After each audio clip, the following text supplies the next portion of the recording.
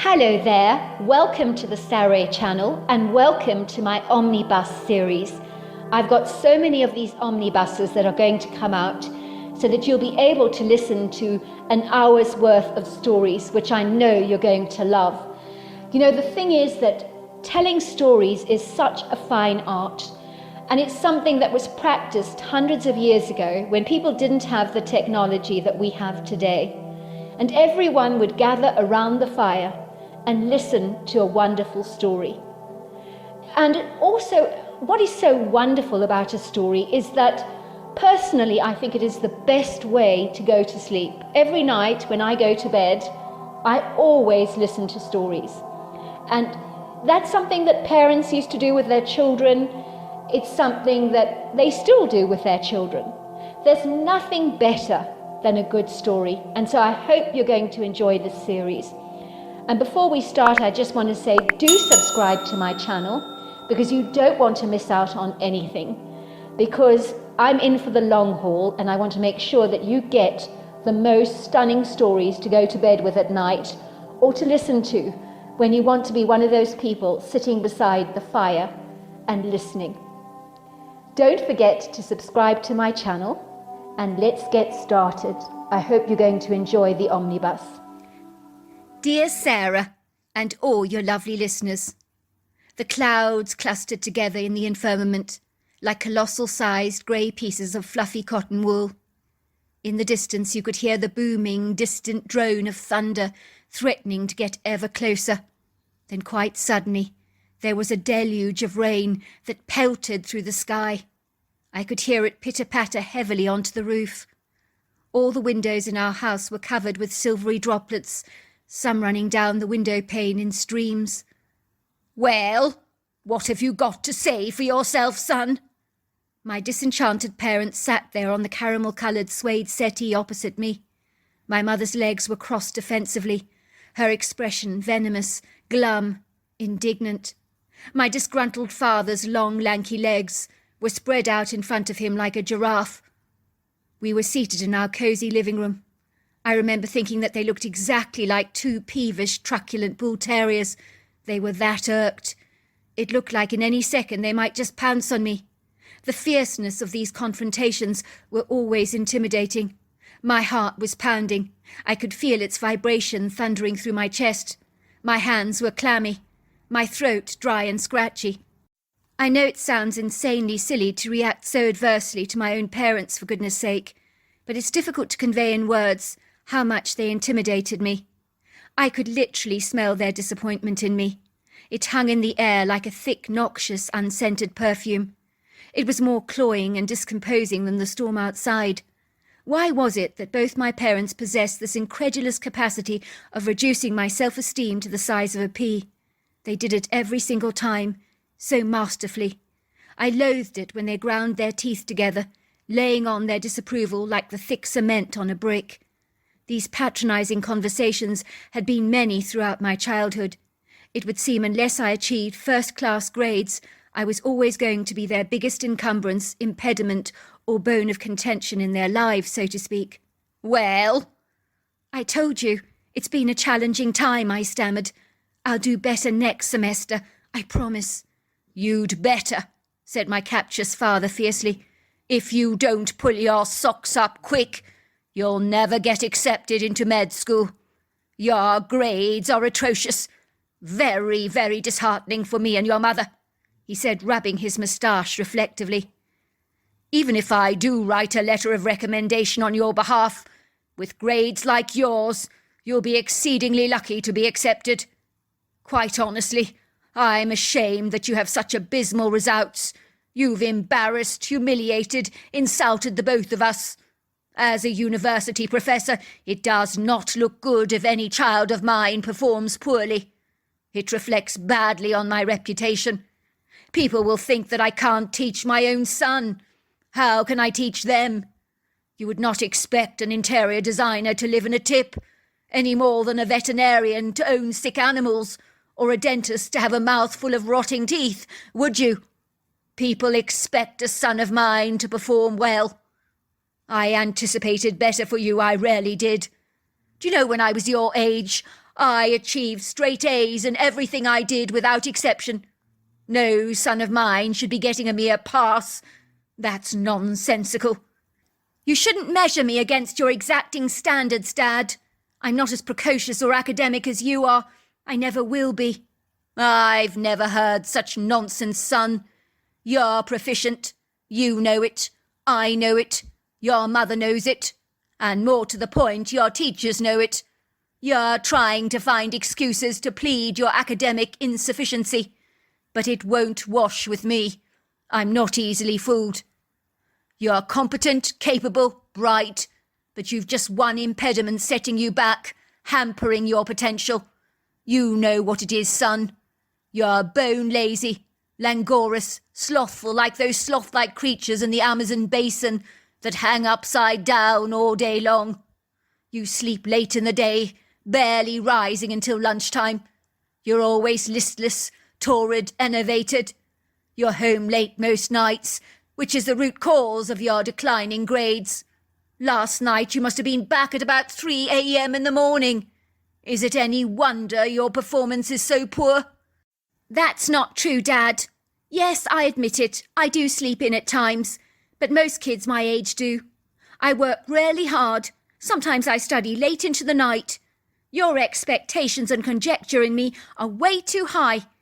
I may be indefinite about whether I want to go to medical school anyway. You're the ones that appear to have assertively affirmed what I should be doing with my life. It's like my opinion isn't significant in the matter. Of course you want to go to medical school, Adrian. You don't want to do something mundane like law, surely. You could not be a professor like me. You lack the patience, discipline and attentiveness. Well, there are other alternatives, Dad. I'm not just confined to choosing medicine. There are a host of opportunities out there, not all of them reliant on top grades. Some of them pay really well. There's sales jobs out there, plumbers' jobs, electricians. There's so much. I'm all too aware of what's out there, son.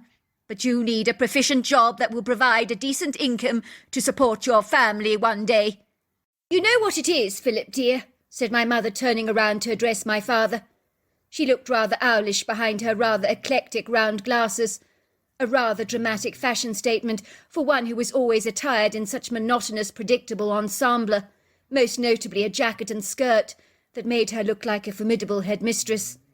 Adrian is always on that dreadful mobile phone of his, gassing away garrulously to all his friends. If that isn't annoying enough, he's always partying late into the night with his friends. Who knows what goes on at those parties? I dread to think. I can't even begin to imagine. It makes my skin positively crawl. Alcohol, cigarettes, drugs, girls. No wonder his results are so disgraceful. If needs must, son, me and your mother will prohibit you from going out to any parties. Confiscate your phone from you when you're studying. Do you know, in my day, we never even owned a cell phone. We were perfectly fine without one. These days, kids seem to be tied to their cell phones like superglue, afraid to be parted from them. It's insane how technology has overtaken people's lives, and of course their common sense. I do often wonder if there was a power surge, how the kids would manage to survive today. They're so dependent on technology. I think the whole infrastructure would collapse, grind to a halt, fall apart. Are you kidding me, Dad? I'm not a baby. You can't tell me what to do. You can't stop me from partying, nor can you take away my cell phone. Son, I think that's where you're wrong. I think you will find we can do anything we want while you live under this roof, that is. I think it's appropriate that if something is distracting or deflecting you in any way from making any progress, then it should be wantonly removed from your life. We have your best interests at heart in the long term. You need to comprehend that. We want you to succeed in life, make something of yourself. Consider this an advance caution. If we perceive that your mobile phone is an issue, it will most certainly be confiscated until you get your act together. I think that's fair enough, don't you? I groaned. Have you finished lecturing and remonstrating against me, or have you something else condescending to say? Because if you have, say it now. There's no need to overreact, Adrian. We've said our piece, but we will be keeping a vigilant eye on you, making absolutely certain you're putting in the work. If you do badly next semester, then you will have problems getting into med school. That would be a dreadful shame. You need better grades, much better. You only care about your reputation, Dad, I snapped defiantly. About how bad it looks on you to have such a stupid son. Now, that's not fair, son. I didn't listen to my father's protests, but slammed the front door behind me as hard as I could, to demonstrate the heightened level of my frustration. I dashed over to my car, the rain pelting down so hard, rather like water bursting from a gutter. My clothes were drenched, sticking to my body like limp rags, but I didn't care. I was so heartily thankful to finally climb into the front seat of my car, that became like an ethereal bubble of safety, away from my yakking, bulldozing parents. I sank back gratefully onto the soft leather driver's seat, heaving a huge sigh of relief.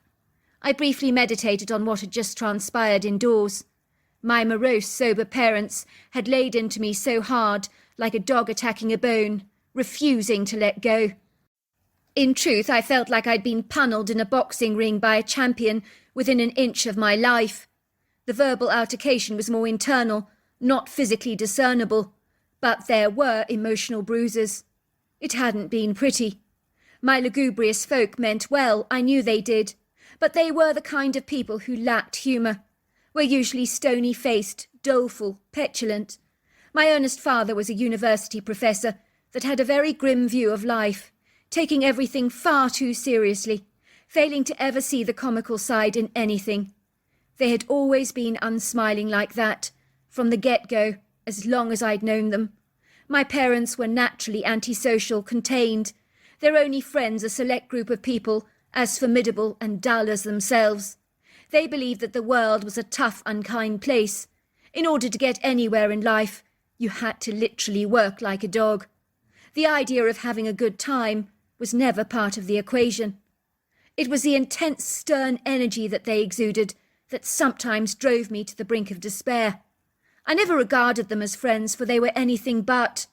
My life was governed by stringent rules, enforced discipline, as if I needed to obey the instruction of an army major. To be fair to them, though, they had given me a degree of independence, but I knew if I didn't buckle up and get serious about my grades, those privileges that I took for granted would be snatched away from me, as fast as a monkey stealing a banana from a stranger. The rain pelted down on the windscreen. I turned on to a musical station on the radio. It's raining out there, folks. Lots of lightning outside. This is quite some storm. There's treacherous conditions out there. If you're out and about on the roads, please drive carefully. There have been a couple of accidents reported, so be vigilant. It's time to get cosy now, listening to some nostalgic music, something for us to warm the cockles of our hearts while we're indoors. Try not to go out there, folks, not in this bad weather, unless of course you have to. How about we take a trip to the 80s? Tina from Tacoma in Washington would like me to play A Cool Summer by Madonna. So this is especially for you, Tina. I could hear Madonna's voice bursting through the airways. Just my rotten luck, I thought. I'd left my cell phone inside, but I would be damned if I went into the house to retrieve it, under the eagle, watchful eyes of both of my parents. It would only cement their rigid beliefs further, affirming their worst fears about me, that their son was indeed epoxied to his cell phone day in and day out, couldn't live it without it. Of course, it was probably true. A plethora of what they'd said to me this evening was dead on right. I didn't want to admit it. I was too proud for that. If I worked as hard as I played, I would invariably get much better grades. That was a no-brainer. I was always on my cell phone, watching YouTube videos, texting my mates, playing pathetic games. I was so easily distracted, never focused, usually putting off today what I could do tomorrow. I was a great procrastinator.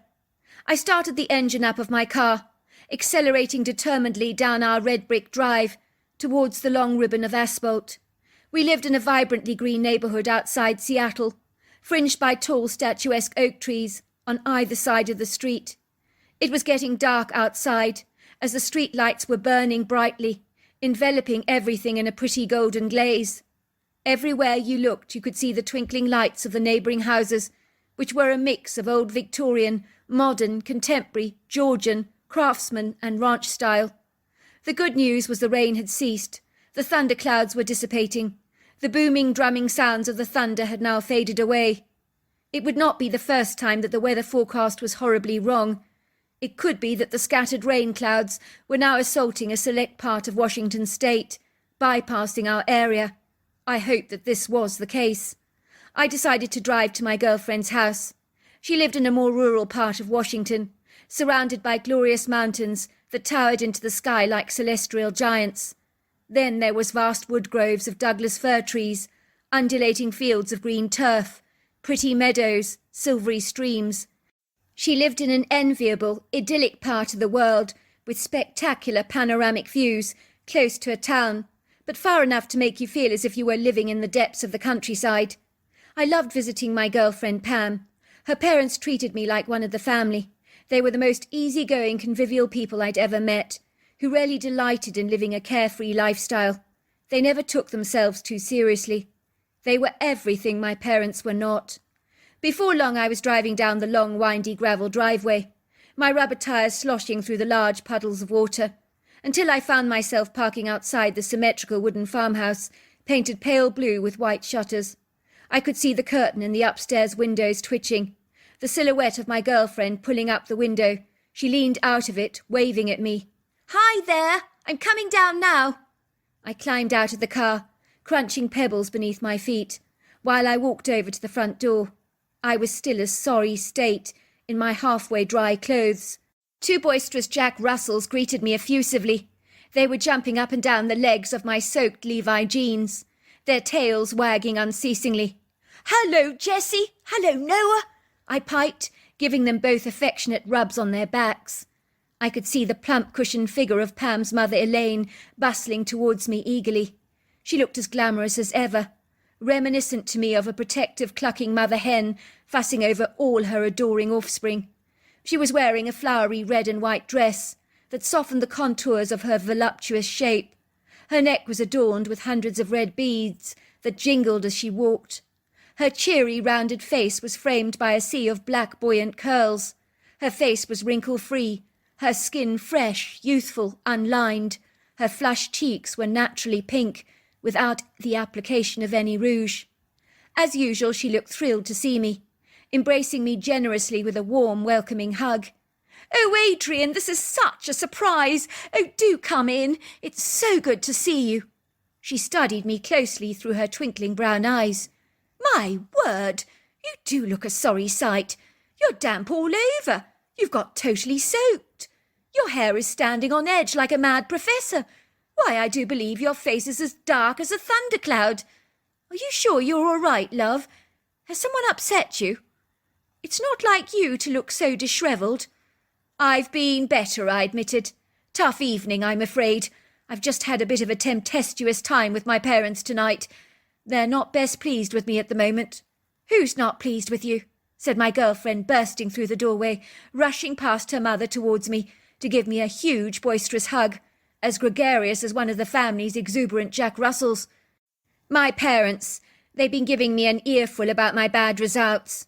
They've really lambasted, berated, reproached me tonight." "Did they just?" said Elaine, putting a feisty arm on her hips, looking almost as pugnacious as both my parents had done earlier this evening, with a very contentious glimmer in her eyes that would have possibly scared even my father. "There's nothing I despise more than parents who lecture their children, going on and on about their grades, as if they define or elucidate you. Nothing could be further from the truth. Do you know, Adrian, my husband never went to university, not a day in his life. He's a successful entrepreneur, has been making big money, better than most doctors out there. So don't let those parents of yours denigrate you. It's a downright cheek. It's atrocious for your parents to diminish and malign you like this. I've a good mind to have a word with your father myself. Give him a taste of his own medicine. Men like him expect everyone to be perfect, but no one is perfect." "Well, I probably deserve it, to be fair," I said, coming to my parents' defence. "I mean, I did let them down with my poor grades. Naturally, they're disappointed in me. They have high hopes, aspirations, dreams for my future. They rarely want me to go to medical school." "Do they now?" said Elaine, looking increasingly annoyed, as if the weight of the world was now resting on her shoulders. "They have no right, Adrian. No, they have no right at all to dictate to you what you do with your life. It's your choice to make, not theirs." "But is it? I'm not sure. I mean, if I knew what I wanted to do, it would be different. But that's perhaps why my parents are pushing me. They're trying to get me to make a decision." "Now, you listen to me, young man. I know all about your disagreeable father's reputation at that university. Everyone knows what an odious, mean-spirited piece of work he is. I gather he's not kind to his students. I've heard some stories about him that I don't care to repeat. Well, I admit he's not an easy man to live with. He is cantankerous and bad-tempered. That's why Mother affectionately calls him Badger." "That's my point exactly," said Elaine. "If the pupils can't abide him during the day, what must he be like to live with, son? I can only imagine. It must be tortuous for you." I smiled. Elaine rarely did know how to make me laugh. She got so protective towards me. It was really rather endearing. "Where are you going?" I asked my girlfriend, who was thrusting a head torch in my hand, placing one on her own head, throwing on her anorak as if intending to go out into the dark for a leisurely stroll. Was she bark raving mad, I wondered. "I'm so relieved you came. I did try to call you, but you didn't answer on your cell phone. I don't fancy going out there on my own in the woods, I mean. It can be menacing at night. I need to find my cat. I think she might be hiding under the bridge by the creek in the woodgrove. That was where I found her hiding last time. She was cowering, flinching, recoiling in terror, the poor thing. She's terrified of storms. The weather forecast is predicting that it's going to get really nasty out there. So while we have a respite from the rain, let's go find her. Bring her safely back home where she belongs. I'm worried sick about her." I did not look enthused by this idea. I was about to protest my misgivings when Elaine interceded. "Sweetheart, I'm sure Dandelion can make her way home. Cats are naturally independent. Also, you know, she never wanders far away from home. She's a nervous cat. I'm sure she's fine." "Not Dandelion, Mum. She's a timorous cat at the best of times. I can't leave her out there. Last time there was a storm, she nearly drowned, poor thing. She developed a nasty cold, was on antibiotics for a week, in a very sorry state. The vet was very concerned about her welfare. I'm not sure it's ever wise to go into the woods at night, especially with a storm threatening to strike. Just because the rain has receded doesn't mean that it's not going to come back. You really don't want to be caught in the thick of it. If your father was here tonight, not out playing bridge with the neighbours, he would never let you go out into the woods. You know that. I'm sorry, but I can't leave Dandelion out there on her own. Anything could happen to her. It's not like her to be out all night. She loves to cuddle up to me. I know she's very wary. There are foxes and coyotes out there that could potentially threaten her life or even eat her." Before I could even say anything, Pam was grabbing me by my anorak. "Come," she said, dragging me wilfully away from the entrance hall, down the path that meandered through the field towards the long row of Douglas firs, and the occasional oak tree that fringed the edge of the woodgrove, sprawling out over a vast, sizable area. I was relieved it had stopped raining, but there were puddles in the ground like miniature ponds, some that we had to jump over so as to avoid being sprayed. We treaded against the ground cautiously, our feet splashing little jets of water against our ankles, drenching our cotton socks so that our soaked feet squished around in wet shoes. Not a pleasant experience. I knew I should have been wearing hiking boots, not these impractical loafers.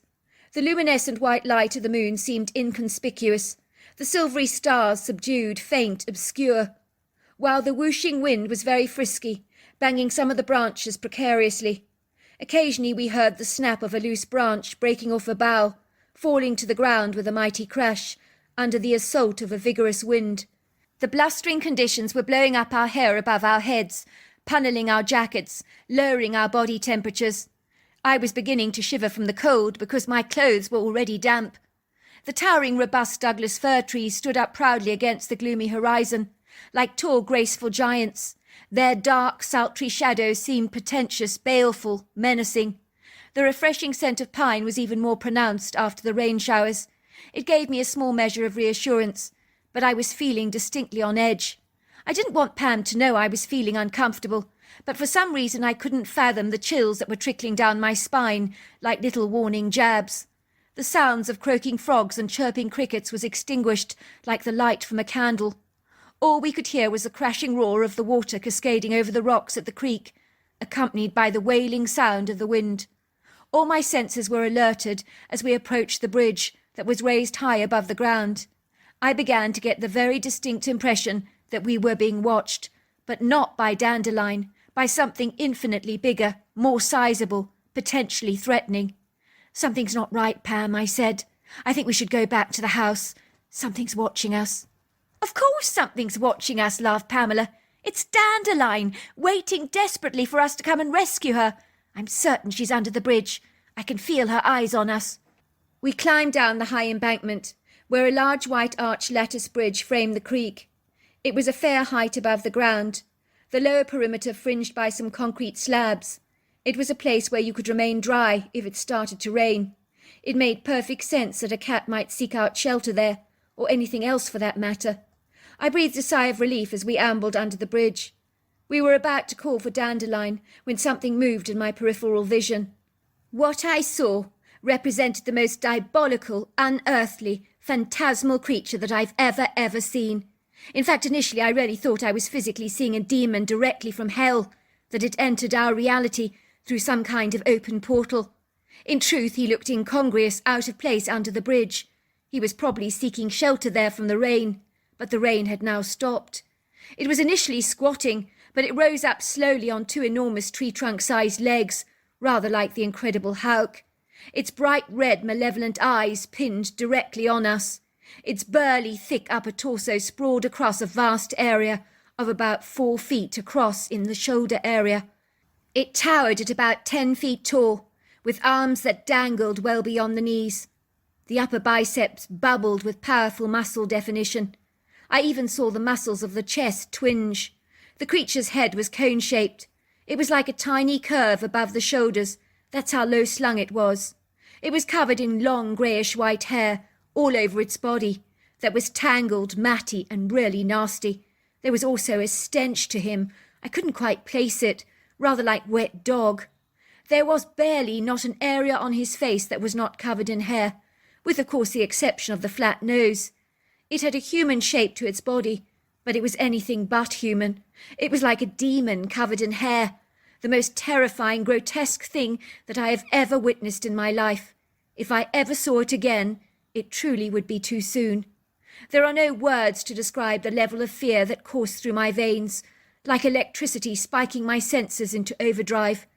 I knew I was in the presence of something intrinsically evil, something that had the potential to rip us to pieces in a heartbeat. The energy this thing exuded was menacing, destructive, violent, threatening. I'm not joking when I say the creature actually laughed at our fear.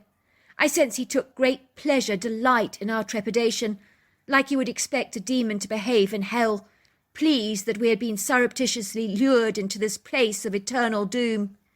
He began to chuckle, a wicked, low, guttural laugh, which then morphed into the most atrocious growl that I have ever yet heard, that bellowed through my body with the ferocity of a steam train. The creature's teeth were more canine than human-like. As he pulled back his lips, they glistened like sharp white daggers in the light of my torch. My hair was standing on edge. My stomach seemed to pulverize in its own acids. My heart was thundering in my chest so fast, while my brain was telling me to get the hell out of there. Why I stood there like a gormless idiot, virtually offering myself on a platter for him to devour, I will never know. But that is what I was doing. My body just failed to cooperate with my brain, as so great was my level of angst. My legs felt like blocks of cement beneath me, weighing me down so that moving was close to impossible. Believe me, I tried. I really did. But it was like I was locked under a frozen spell from which there was no escape. I felt like I was treading water. Pam was pushing me. "Adrian, for God's sake, run!" she screamed. "He's going to eat us! Move! Move! Move!" As my girlfriend started to run away, The creature pounced on her with effortless ease, grabbing her with his overlong arms, throwing her over his shoulders. He began to run with my girlfriend, kicking and screaming on his shoulders. She was crying, "Help, Adrian! He's going to kill me! Throw some rocks at him! Do something! Please do something!" It was my girlfriend's terrified yells that snapped me out of my terror. I ran deliberately after the creature, no longer caring about my own safety. I loved Pam with all my heart. I would have gladly given my life for her in a heartbeat. So now I was angry, furious even. It was now rage rather than fear that was coursing through my veins. I assure you that it was a much more efficient fuel for the body to be burning. As my speed increased, I was running faster than I've ever done. All of a sudden I saw the flowery red and white dress of Elaine stepping forward with a rifle in her hands, pointing it directly at the creature. She fired a couple of rounds at it, but they missed him every time. For a second the beast stood still, as it stared at Elaine. I've never seen Elaine look more terrifying. Her behaviour, her countenance, her mannerisms, her demeanour was absolutely terrifying. She oscillated her free arm around like an indignant octopus, roaring at the creature like a lion at the top of her lungs. The sound that came out of her mouth was almost like a growl. "You put my kid down or I'll kill you. You have no idea what you're dealing with. I'm not afraid of you. Not one little bit, you nasty thug. Now put down my daughter or I'll tear you to shreds. You hear that? I'll tear you to shreds." Suddenly the creature's demeanour changed. This time I saw a glimmer of fear in his eyes, not from the rifle, but from the formidable, incensed figure of Elaine herself. I think her fearlessness in her bold approach had disarmed him. The creature dropped Pam on the ground, gliding away, while Elaine kept shooting at him. Although her aim was good, she missed every time, as the creature successfully zigzagged away when it ran, disabling her focus. We walked away. We could hear the loud screams of the creature in the woods. It was the most discomposing, foreboding sound that we have ever heard in our lives. "You saved our lives, Mum," said Pam, rushing into her mother's arms, the tears pouring down her face in streams. "How did you know we were in trouble?" "That's the funny thing. It was like a voice inside me was telling me you needed my help, that your lives were both in danger. It overwhelmed me with such a certainty. I had to listen to it. I didn't doubt that voice." "Another thing," said Elaine. "I know exactly where Dandelion is. Would you believe it, I found her. She's lying there in the washing basket. I was about to put a load on when she sprang out of it. This happened about 10 years ago. Pam is now my wife, and I am not a doctor, I'm glad to say, but am working with her own father in his entrepreneurial business. Although I did get better grades the following semester, I never bothered to become a doctor. At least I made my parents happy, and my cell phone was not confiscated. I'm not sure if the creature we encountered was a Bigfoot or not, but by the process of elimination, that is all that I think it could have been. I learnt one thing from this experience, and that is the power of anger can override fear. So there you are. That's my story. Dear Sarah, and all your lovely listeners. I was 28 at the time, well, roughly round about that age. I'm not sure exactly, nor do I specifically recall what I was doing driving down a remote country road in the late evening, not far from my family home in Sandpoint, a rural, relaxed, friendly, conservative town, which at one point in time was named America's most beautiful town. As far as I'm concerned, it still is, but then I'm naturally biased, as I have lived in this idyllic part of the world all my life. Rather like a perennial wildflower that bursts into blossom every summer, gracing the same part of the flowery meadow with its bountiful blooms. Equally, I thrive season after season, year after year, living in this warm, welcoming, convivial part of the world. Our illustrious, enchanting, whimsical town is on the northern tip of Idaho, situated on the 43-mile lake, Pend Oreille, surrounded by the Selkirk, Cabinet and Bitterroot mountain ranges. It's a quintessential part of the world, long revered for its stunning ski slopes, bountiful biking trails, marvellous footpaths, and Native American artifacts in Bonner Valley. The summers here are pleasantly warm, dry, partly cloudy, but the winters are invariably freezing, exceedingly overcast. As I was saying, the reason why I was driving down this remote road during the late evening has somehow conveniently escaped me. extinguishing itself from my mind like a rubber erasing an insignificant pencil-written note. It seems to have become obscure in my memory, erroneously vague, if you like. I do remember everything else that happened that night, as vividly, clearly, and concisely as I would recall a bold, bright picture staring me brazenly in the face. Regretfully, my memory over the rest of the evening is staggeringly detailed, indelibly entrenched or seared in my brain, like the purple ink on the yellow fat of a butcher's leg of lamb. It was in the late summer, veering towards early autumn. Slowly but surely the warm days were increasingly overcast, ebbing away progressively as cooler weather was laying down her early foundations to embrace the fleeting autumn, preparing ultimately for the arrival of the soon-to-be firmly established winter. There was a definite bite in the air. It was a gloomy night, made worse by a complete lack of street lights, or for that matter any nearby comforting, reassuring bright lights of people's homes. I was driving my white truck down the long white ribbon of asphalt. The ground on either side of the road was slightly elevated, with a small rocky clearing that sprawled out into a thick area of forest filled with lodgepole pines, spruces, hemlocks, ponderosa pines, and Douglas fir trees. I remember collecting my thoughts together, ever grateful that I was not out in the elements, for the night itself cast a doleful impression upon me. I could not put a finger on it. Perhaps it was how dark and foreboding everything appeared. I do believe that the constellations that evening had put on a miserable showing, for there was a tiny crescent moon, serenaded by scant clusters of silvery stars that were like diamonds clouded by dust particles, well in need of a good clean from the jewellers, as their display was dull, obscure, faint. Perhaps they were shrouded by cloud cover. I could not be certain, for it was not discernible to the naked eye. But indeed, everything was very inconspicuous. I could see the distinctive, sultry silhouettes of the tall, masterful, pyramid-shaped trees, towering in the sky like emerald giants.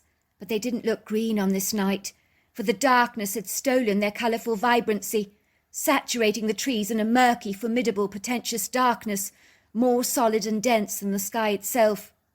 I knew the discussion on the radio about vampires was doing little to calm my rising trepidation, increasing feelings of angst that seemed nonsensical to me.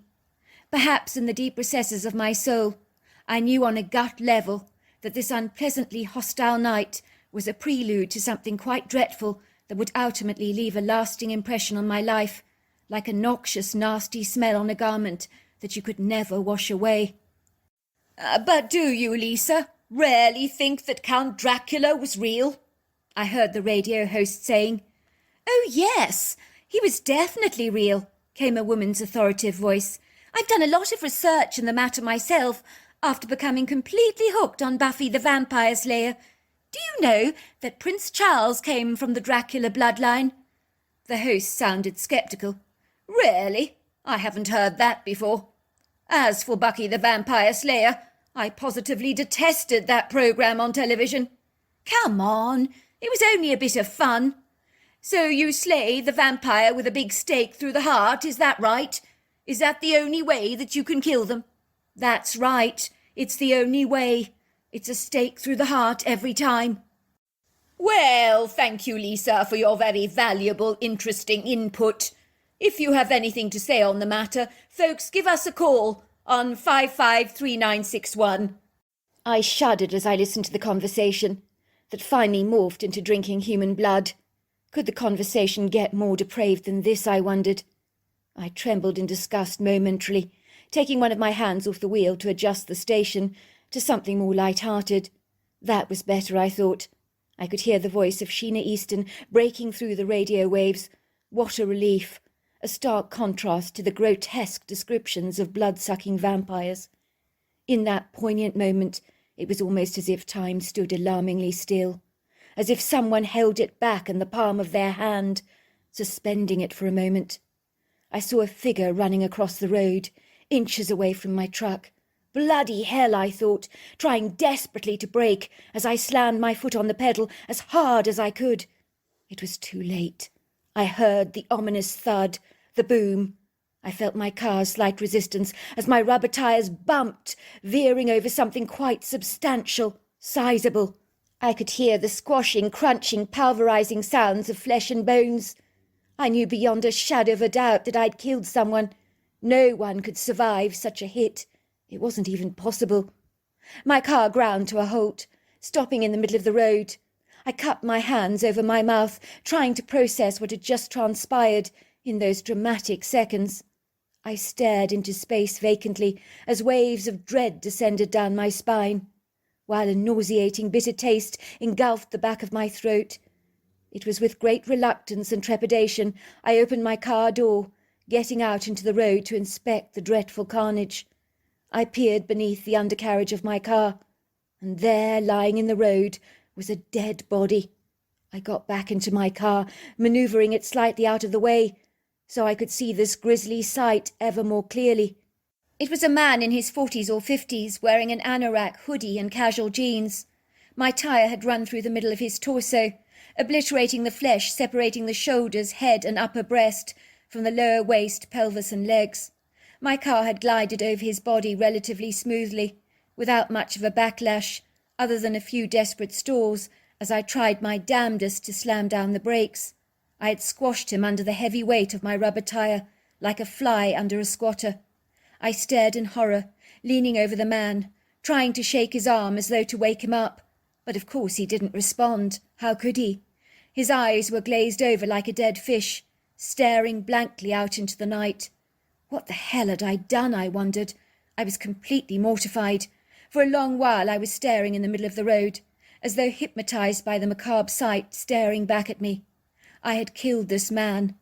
The reality of this appalling revelation hit me hard like an icy cold bucket of water thrust over my head. I felt like a murderer. I had deprived this man of the God-given right for him to have life. In a trice I heard these heavy feet pounding the road, moving swiftly towards me at one hell of a speed. I could hear the thump, thump, thump as they neared their approach. I could feel my heart growing heavy with shame, remorse, regret. How I so wished I could turn back the hands of time, undo these last frantic moments. Perhaps if I'd continued listening to that Dracula discussion instead of changing the channel to something lighter, I could have stopped the truck in time. Could this get any worse, I thought? Someone had been eyewitness to this horror. Then I saw her standing there. Her expression was exceedingly grim. Her deep-set dark eyes glanced from me to the dead body, back to me again, as though she was rotating balls in her long feminine hands, rather like a juggler. I could sense she was saying, "What the heck have you done?" This was not a normal woman by any manner of means, but she was unequivocally female, very human-looking. The only difference was she was covered in long, flowing, dark hair. The exquisite colour and sheen of a raven's feathers, that was the texture of human hair. It swathed and adorned her lofty, athletic body, with the exception of her face and palms, in a luxurious mohair-like coat that gleamed with health, but was less abundant under the arm area, as if the chafing of skin had worn away some of that hair. Never even for a fleeting second did anything about this woman remind me of an ape. She towered at about 7 feet tall, with long, lean, muscular legs, shapely, well-toned, overlong arms, a powerful, well-developed pair of shoulders. I noticed the large torso was extensively wide, especially over the top area of her body, slimming down to a faint suggestion of a waist, but there was not much of one. Her breasts were like empty, sagging pockets that hung down low on her chest, as though completely drained of their contents. Her leathery, heart-shaped face was exceedingly feminine. The skin shone like a glittering new penny, the colour of coal. She had kind, generous, expressive eyes. Her nose was flat, aquatic, her cheekbones high, her lips were slender. In these poignant moments, it was almost as if my reality had swung out of control, like a train that had completely derailed itself. It was almost as if the course of events unfolding before my eyes were not real.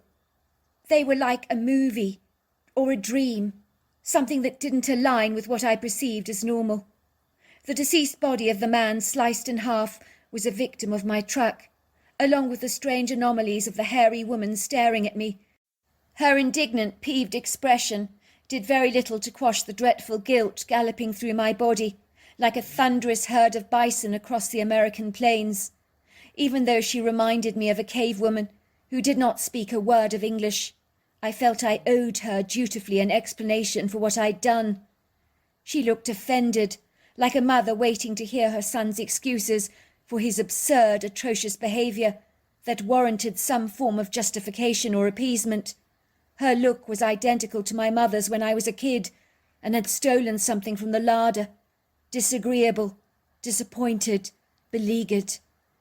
"It wasn't my fault," I said, pointing at the body. "He ran out in front of my truck. I could hardly stop in time. Believe me, I tried." The female creature continued to stare at me, as if my words had fallen on deaf ears, as if she couldn't comprehend the enormity of what I'd done. I could feel her extreme disappointment, rather like a knife cutting through me with an ice-cold blade. I stammered uneasily, "I'm going." I quickly ran over to my driver's door, opening it very swiftly, getting into the truck. My focus was to drive home, to tell my wife exactly what I'd done, not to call the police. Well, not yet. I couldn't. I needed to process things first, digest everything, come to terms with this shocking atrocity. I drove down the long dusty driveway, cycling up dirt and the odd random pebble beneath my rubber tyres. Finally I parked under the carport next to our pretty little stone house in the heart of the valley. I ran through to the bedroom. My wife was fast asleep. I began to shake her vigorously. She groaned disapprovingly. "I'm trying to sleep. What's your problem?" She sat up suddenly, looking at me with a dismayed look. She could sense the horror on my face. "I've just killed someone." "You what?" "I've just killed someone." My wife looked mortified. "You killed someone? Who? When? How? Why?" "I ran over a man in the road. My wheels sliced his body in half." "Oh no! Oh no!" My wife looked appalled. You ran over a man! How could you? Why didn't you stop in time? What happened?" "That's the problem. I don't really know. It happened so fast. Just like when people run over a deer in the road. It was like that." "Oh my God! How dreadful!" said my wife, cradling me in her arms. "It's not your fault. It could have happened to anyone. I'm just so glad you're all right." "Yes, but sweetheart, the least I can do is to come forward. Admit to the police what happened. If I don't, it makes me a monster. A hit-and-run driver that's failing to take responsibility. I can't stand people like that. I have to man up to this, admit to what I've done. If I don't, and they should find that I'm responsible for running over this man, my lack of cooperation with the law will make me appear the guilty party." "What about me? What about our children? What if you go to jail for this?" "Look, sweetheart, it was an accident, not a deliberate act of murder. There is a big difference." So there I was in the office at the police station, fiddling with my fingers nervously, feeling like a guilty criminal about to confess a duplicitous crime. The gravity of what I'd done hung over me like a heavy pair of block-out curtains around a window pane. I watched as the detective inspector pulled up his chair. He had a notepad in his hands. He wasn't a bad-looking man, in his early 40s, 50s or 60s, with a full head of dark hair, swept away neatly from his face. He had a strong masculine jawline, where the skin looked freshly shaved. He was wearing plain clothes, a neat cotton shirt, a smart pair of caramel pants, long pointed boots. He stared at me through his dark brown eyes. "So I gather you claim you've run over someone in the middle of the road.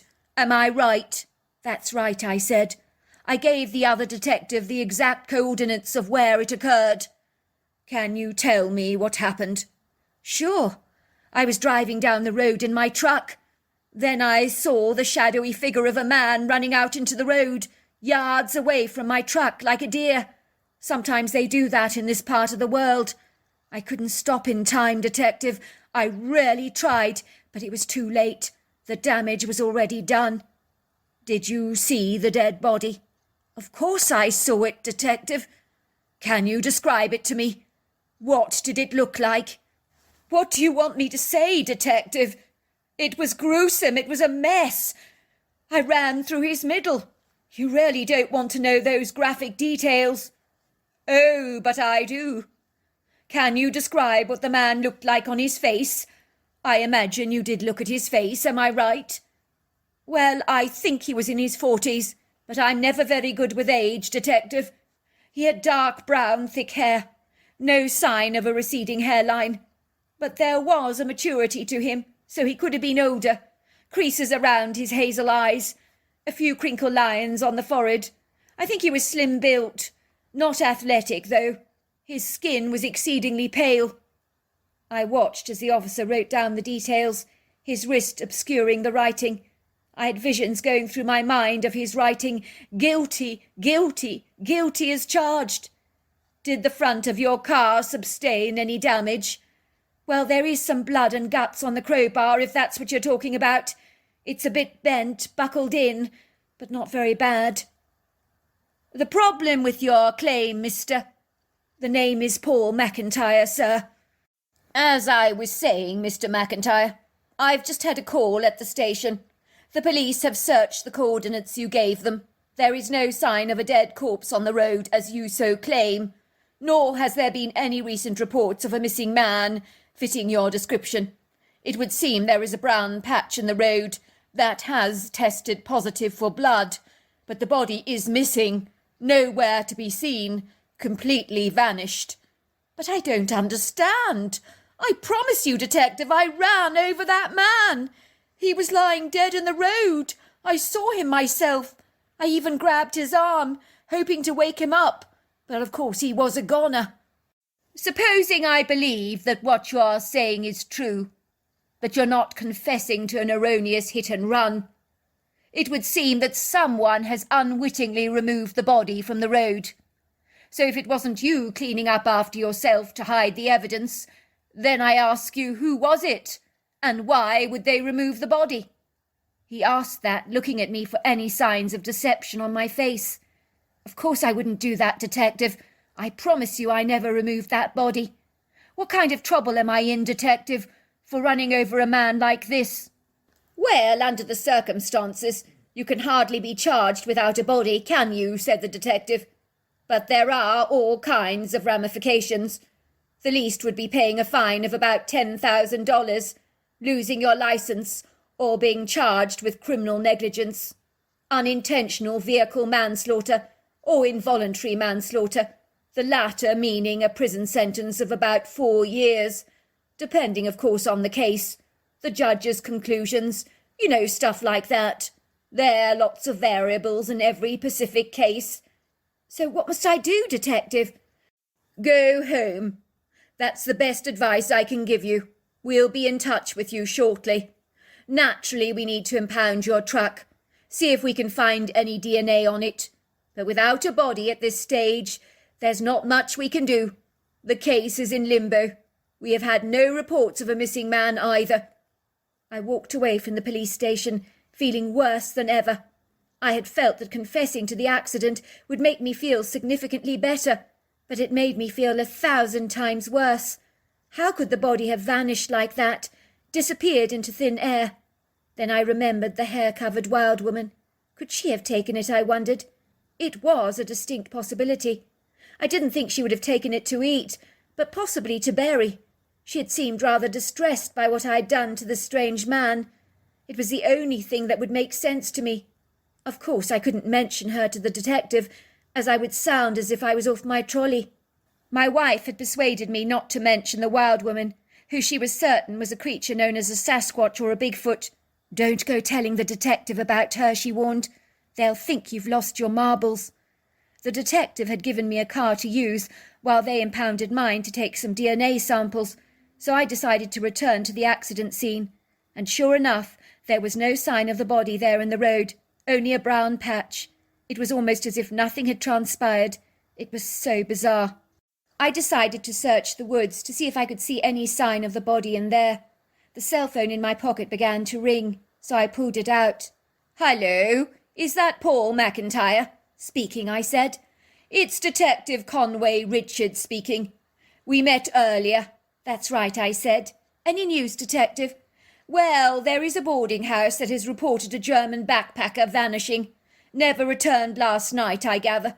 He fits the description of the man you ran over. The trouble is there's no wallet, no identification, no passport on him. We have absolutely no clue who he is at the moment. We're checking with the airlines, with the German embassy, to see if we can get any leads. But why is his passport not with his stuff? I asked. You say the man was wearing an anorak. Maybe he took his passport and wallet with him. Maybe they're in his pockets. I see, I said. I'll keep you posted, said the detective. Thanks, I said. I appreciate that. I climbed up the rocky embankment, walked into the wooded area, not sure what to make of anything that had just transpired. I felt this vacuous hollow in the pit of my stomach, knowing that I'd run down someone's family member. I had dreadful visions of a trail of broken hearts, spilled tears, devastated relatives whose lives were ruined on my account. It made absolutely no sense that the man had run into the road in front of me, leaving me no opportunity to stop. Surely he had seen me. This case was rarely curious, to say the least. As I walked through the serene ponderosa pine trees that towered into the sky like graceful giants, I scanned the forest floor for any sign of a body, but I saw absolutely nothing. Everything was so peaceful, blissfully tranquil, radiantly beautiful. It was easy to forget the horrors of the previous night. I could smell the fragrant, sweet butterscotch-like scent of the trees. The forest floor was soft, moushy beneath my feet, dotted with pretty ferns and pretty ground covers. I could hear the enchanting bird song. Then the phone rang again. It's Detective Conway again. Hello, Detective. We found the passport. Very interesting developments, you'll be pleased to know. Interesting case. Very interesting. So who is he, Detective, then? His name is Hans Friedrich. He's 45 years old. Sounds German, I said. Yes, he is. Well, this Hans Friedrich informed his girlfriend he was going to America. He told her he was never coming back. She couldn't understand what he was saying, as he hasn't got a green card, so how can he live here? I gather he'd suffered from serious depression for a very long time. Last year he tried to throw himself in front of a bus in Frankfurt, but luckily the driver stopped in time. You mean, Detective, that he ran in front of my truck deliberately? Is that what you're saying? The girlfriend appears to think so. She thinks he took a trip to America to end it all for himself. She said the way he was behaving was not normal. He's not been normal for a very long time, according to her. Then, of course, I spoke to the owner of the boarding house. Now, she says the man was exceedingly weird, asking all kinds of curious questions about country roads with little traffic passing through. She said he seemed very dark and depressed, found hundreds of beer cans strewn around his room. Not a good sign, possibly a bit of Dutch courage required to do what he did, I imagine. Couldn't he have committed suicide on his own home turf, Detective, rather than coming all the way to America? Isn't that overkill? Maybe he wanted to do it away from his loved ones, to avoid causing them too much distress, especially after the bus accident. But there is the question of the body. Where the heck is it? I don't know, Detective. I've no idea. Well, there is some good news for you. If this is a suicide, you're off the hook. No charges will be brought against you. It's looking exceedingly good for you. Keep your fingers crossed. I will. Thanks, Detective, for phoning. After the phone call, I was flooded with waves of relief, knowing that there was a strong chance the man had run out deliberately in front of my car. It was very strange that he had selected a remote country road in Idaho to finish himself off. Why not an all-consuming interstate where you would be guaranteed to be mowed down? I phoned up my wife to reveal to her the latest findings from the police. I spoke to Detective Conway, I told her. He reckons the man we believe I ran over came here to America to end his own life. Is that not very strange? Very, said my wife. What I don't get is why he would choose a remote country road here in Idaho to end it all, not a busy interstate. Oh, I think I understand, said my wife. I mean, a dirty country road is quite peaceful, isn't it? Away from prying eyes, crowds of people, witnesses. Also, he could take his time, decide when he was going to run out into the road to end it all. If you're standing on a busy interstate, the pressures on you are going to get immense. I mean, how long do you want to stand there in the roaring traffic? Maybe he wanted to do things in his own time, without an audience. I suppose you have a point there. Still, what would make a man so distressed he'd kill himself? I don't know, said my wife. It's desperately sad. People kill themselves for all kinds of tragic reasons. Switching off my cell phone, I noticed a discernible movement in the branches. Leaves twitched, swayed, were pushed aside like a curtain of shrubbery. Then I saw her, a tall, shadowy silhouette, revealing herself, making her prominent presence known to me. She unhesitantly glided through the pines with incredible grace, poise, elegance, beelining towards me. To my astonishment, it was no other than the elusive, mysterious female wild woman that I had seen the previous night. It was clear she recognized me immediately. The wild woman's raven-colour hair gleamed, twinkled in the sunlight. As strange as this might sound, I thought she looked quite magnificent, lofty, majestic, imposing. She looked at me directly in the eyes. We had a moment together, like a meeting between two souls, an intimate connection that I will always treasure as long as I live. I felt a bonding with her that perhaps only two people can share who have both witnessed a devastating event together. Her brown eyes had lost their condemning look. To date, they are quite literally the most exquisite eyes I have ever seen. Who knew that eyes the colour of the darkest treacle could be so incredibly mesmerising? She pointed to the road with her overlong arms, looking at me directly in the eyes, as if to say she remembered what had happened. She pointed to herself, to the ground beneath us, making a digging movement with her hands, as if to say she'd buried the man. In my mind, I thought she was saying, I need not worry. I never ever saw her again, but I do remember her fondly, as someone who touched my life so dramatically, in a matter of seconds. All these years later, I look on that event with much sadness, as I feel so much compassion for Hans Friedrich. Regretfully, his body was never discovered, or ever found, but the family believed he'd come to America to take his own life. The manner in which he took his life leaves more questions than answers, but at least I can live with myself knowing that this man intentionally chose to take his life. Why he chose that remote piece of road, I will never know. Fortunately, I was never charged with the incident. So there you are. That's my story. Dear Sarah, and all your lovely listeners, it was so beautiful, so magnificent. Everything swathed in illustrious carpets of rich emerald green turf that went on for an eternity.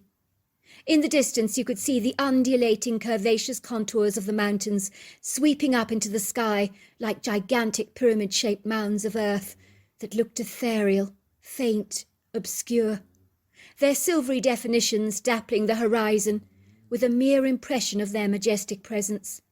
Then there were the trees, clusters of them everywhere, dotted ubiquitously across the landscape in bushy congregations. The fluffy clouds in the sky hung low, encircling themselves across the valley, shrouding everything in a vaporous white mist. It was very cold out there, overcast. We drove down the long, windy grey ribbon of asphalt towards our destination, a cabin we had booked at a lodge in the northeastern corner of Washington, bordering Canada and Spokane County. "Oh, it's so beautiful here," I piped. "According to my GPS, we should be there pretty soon." My wife glanced out of the window, moaning. "Oh, look at that terrible mist out there. It's so overcast, miserable. Why do you always have to choose such cold places for our weekends away?" We took it in turns every year, choosing where we would go for our weekend breaks. It was my turn to choose this year's holiday excursions, which always immensely aggrieved my wife, for she didn't appreciate my choices. I groaned inwardly. My marriage was one I had entered into too hastily as a youngster, repented of ever since. I secretly wondered how many men felt as trapped as I did, locked in a marriage where two minds never met, but were more like passing boats in the night that were moored in different docks. My wife made no secret of the fact that she certainly wished she had chosen Eddie Turner to marry instead of me all those years ago. She couldn't comprehend why she'd ever picked me in the first place. I wished with all my heart that she hadn't. Eddie was such a nice lad too. I should have married him, not you. I don't know what I was thinking at the time. You're a boring little man with abysmal taste in holiday adventures, weekend retreats, pretty much everything actually, now I come to think about it. Yes, you're very, very boring. Me and my wife were in our early 70s, keeping our eyes open for the perfect place to retire, a subject that we could not agree on, much like everything else we ever discussed. I fancied Washington, hence our random visit here, that was not so random after all, but she didn't know that. Well, not yet. I had ulterior motives. I wanted to find the quintessential farmhouse that even my wife would be unable to resist, but she fancied something infinitely hotter. If she had her wicked way, we would have moved somewhere really exotic and tropical, like Mexico, South America, Spain or Portugal, as that was her ultimate fancy. It would seem places where the climate would get slightly cool, even in summer, were well off my wife's radar. She was desirous of long, enduring, unceasing sunshine. My heart sank as my wife continued to sulk, failing abysmally to see the resplendent beauty of the landscape. In her eyes, everything was grey, bleak, miserable. It was incongruous to believe that two people could stare at exactly the same sublime, transcendent, panoramic views, perceiving them so differently. But there you were. That was my wife for you. It may be overcast now, but Washington has the most wonderful year-round weather. It's the perfect climate. You could do some research on it for yourself if you don't believe me. The weather here is ideal. My wife sniggered, looking at me contemptuously through her deep-set dark eyes. For you, maybe. Not for me. I like my weather hot, my meals hotter, and my men still hotter, she said, looking at me with a raised, cynical brow. I knew the last intentional slip of the tongue was a great big dig at me, as in her eyes I was not the man of her dreams, failing woefully in every single department. Of that she had made profoundly clear. Over the last 50 years of married life, I had been a big, bitter disappointment to her, always being compared to the exemplary, consummate man who had got away, Eddie Turner. It was extraordinary that we still shared the same bed together, as she'd always taken great strides to leave a sizable gap between us, like the Gulf of Mexico. But maybe old habits do die hard. We were stuck in a routine that was very hard to break. One night I do remember in our king-sized bed, I'd reached forwards towards my wife's face, moving away a lock of her long grey hair that was stuck over her face like a loose tentacle. I pushed it away from her eyes. I remember her hand had squatted me like a blowfly. I sensed in every part of my being that she found me as desirable as a prickly cactus. Of course, we had considered divorce, talked about it a few times between us, visited our pastor, who pretty much told us that we had made our bed so we should lie in it. It was brutal, cutthroat rather, but we got the message that the big guy upstairs would not look on us favourably if we severed the knot. Marriage takes work, he had told us. God never said it would be easy for anyone. You need to work at it like you manage your yard. Pull out the weeds, water the seed. You'll have a fabulous-looking yard in no time. But it was easier said than done as far as I was concerned. My wife was rocky, hard, dry and non-porous like cracked ground that was unyielding and unresponsive. For the first 25 years of our married lives, we had raised 3 children together. Those times had been incredibly good, as the demands of our children meant that we weren't in each other's faces 24/7. But now that our kids had finally flown the nest, we were stuck with each other day in and day out. We had about as much in common as a parrot has with a penguin. Polar opposites, one thriving in tropical hot climates, the other not adverse to snow, wind and changing seasons. Before long I was driving down a dirt road past a field of frolicking horses, of which my wife deliberately did not give even an admiring or fleeting glance. She would have done so if this was her chosen weekend retreat. Instead, she wilfully ignored them. Yet they were magnificent, with long, luxurious silken manes, sleek brindle bodies, swishing tails. She was determined to be petulant like a spoilt little kid, refusing to enjoy anything just to get her point across. Believe me, age is no deterrent for childlike insolent behaviour, even in 70-year-olds. I parked my truck in the parking bay, pulled up the handbrake, climbed out of my truck, opening my wife's door for her. We trudged towards the little wooden office, a rather mediocre affair covered in all kinds of brochures about all the activities on offer. A young girl was tapping away on her computer as I entered the open door. She was in her late 20s, wearing riding breeches and a cotton top.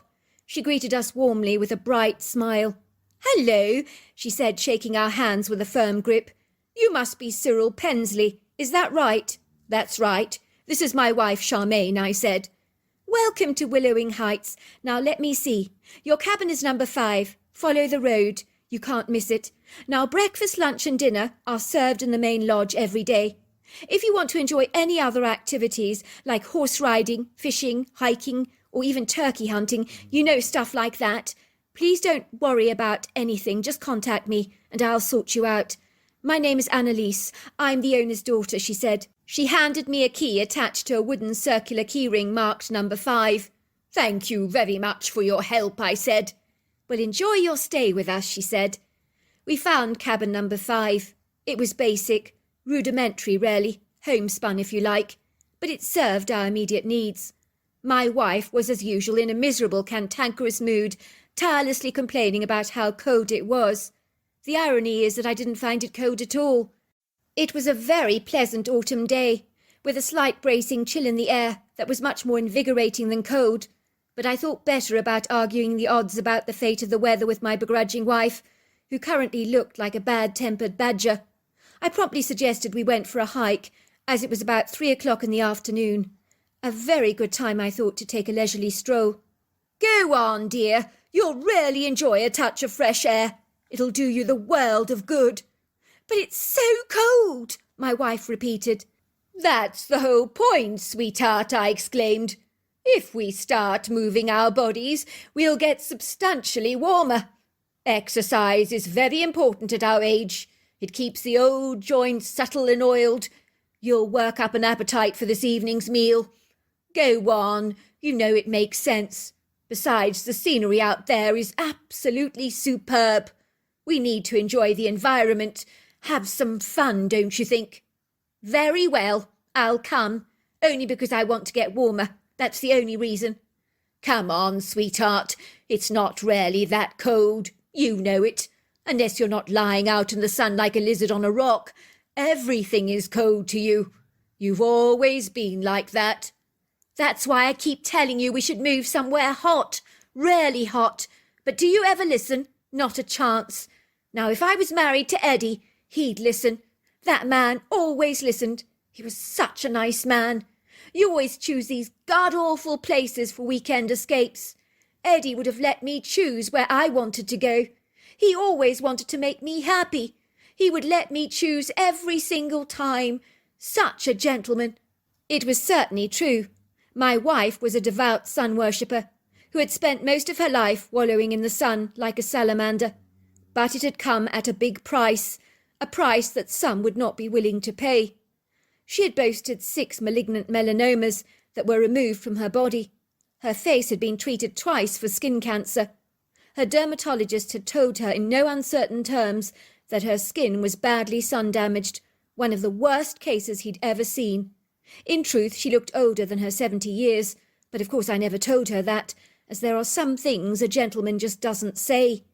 The tragedy was that the sun had weathered her skin, making it very leathery, wrinkled, and pigmented by sunspots. I would often hear her sighing regretfully as she sat at her dressing-table mirror, studying her wrinkled skin, bemoaning all the carnage that had been done to her once youthful, radiant complexion. Yet despite spending tireless amounts of money at the beauty salon on lavish treatments designed to erase the years, nothing helped, It would seem that her skin was so crinkled it failed to respond to anything. I suppose if you lathered a rhino with tons of Vaseline, it ain't going to make much of a difference, is it? The skin's still going to be as tough as old boots. That was my wife's predicament. I often thought my wife looked like a tortoise. I've always found tortoises endearing. I once put my foot in it. I called her my wizened tortoise in an affectionate way. That went down like a lead balloon. She didn't speak to me for days, she was so distressed. "What are you saying? That my head looks like a wrinkled old potato with eye holes? Charming, you really know how to make a lady feel good about herself." But in truth she did look like a tortoise, her wrinkled leathery skin, her earnest brown eyes. My wife also possessed a willowy body, which was a little too much on the thin side, but over the years my wife had painstakingly watched her weight like a hawk. I always secretly suspected her of having a slight eating disorder, but there were some things I didn't broach with her for fear of having my head bitten off. I could hardly believe that my wife had agreed to take this hiking trail with me.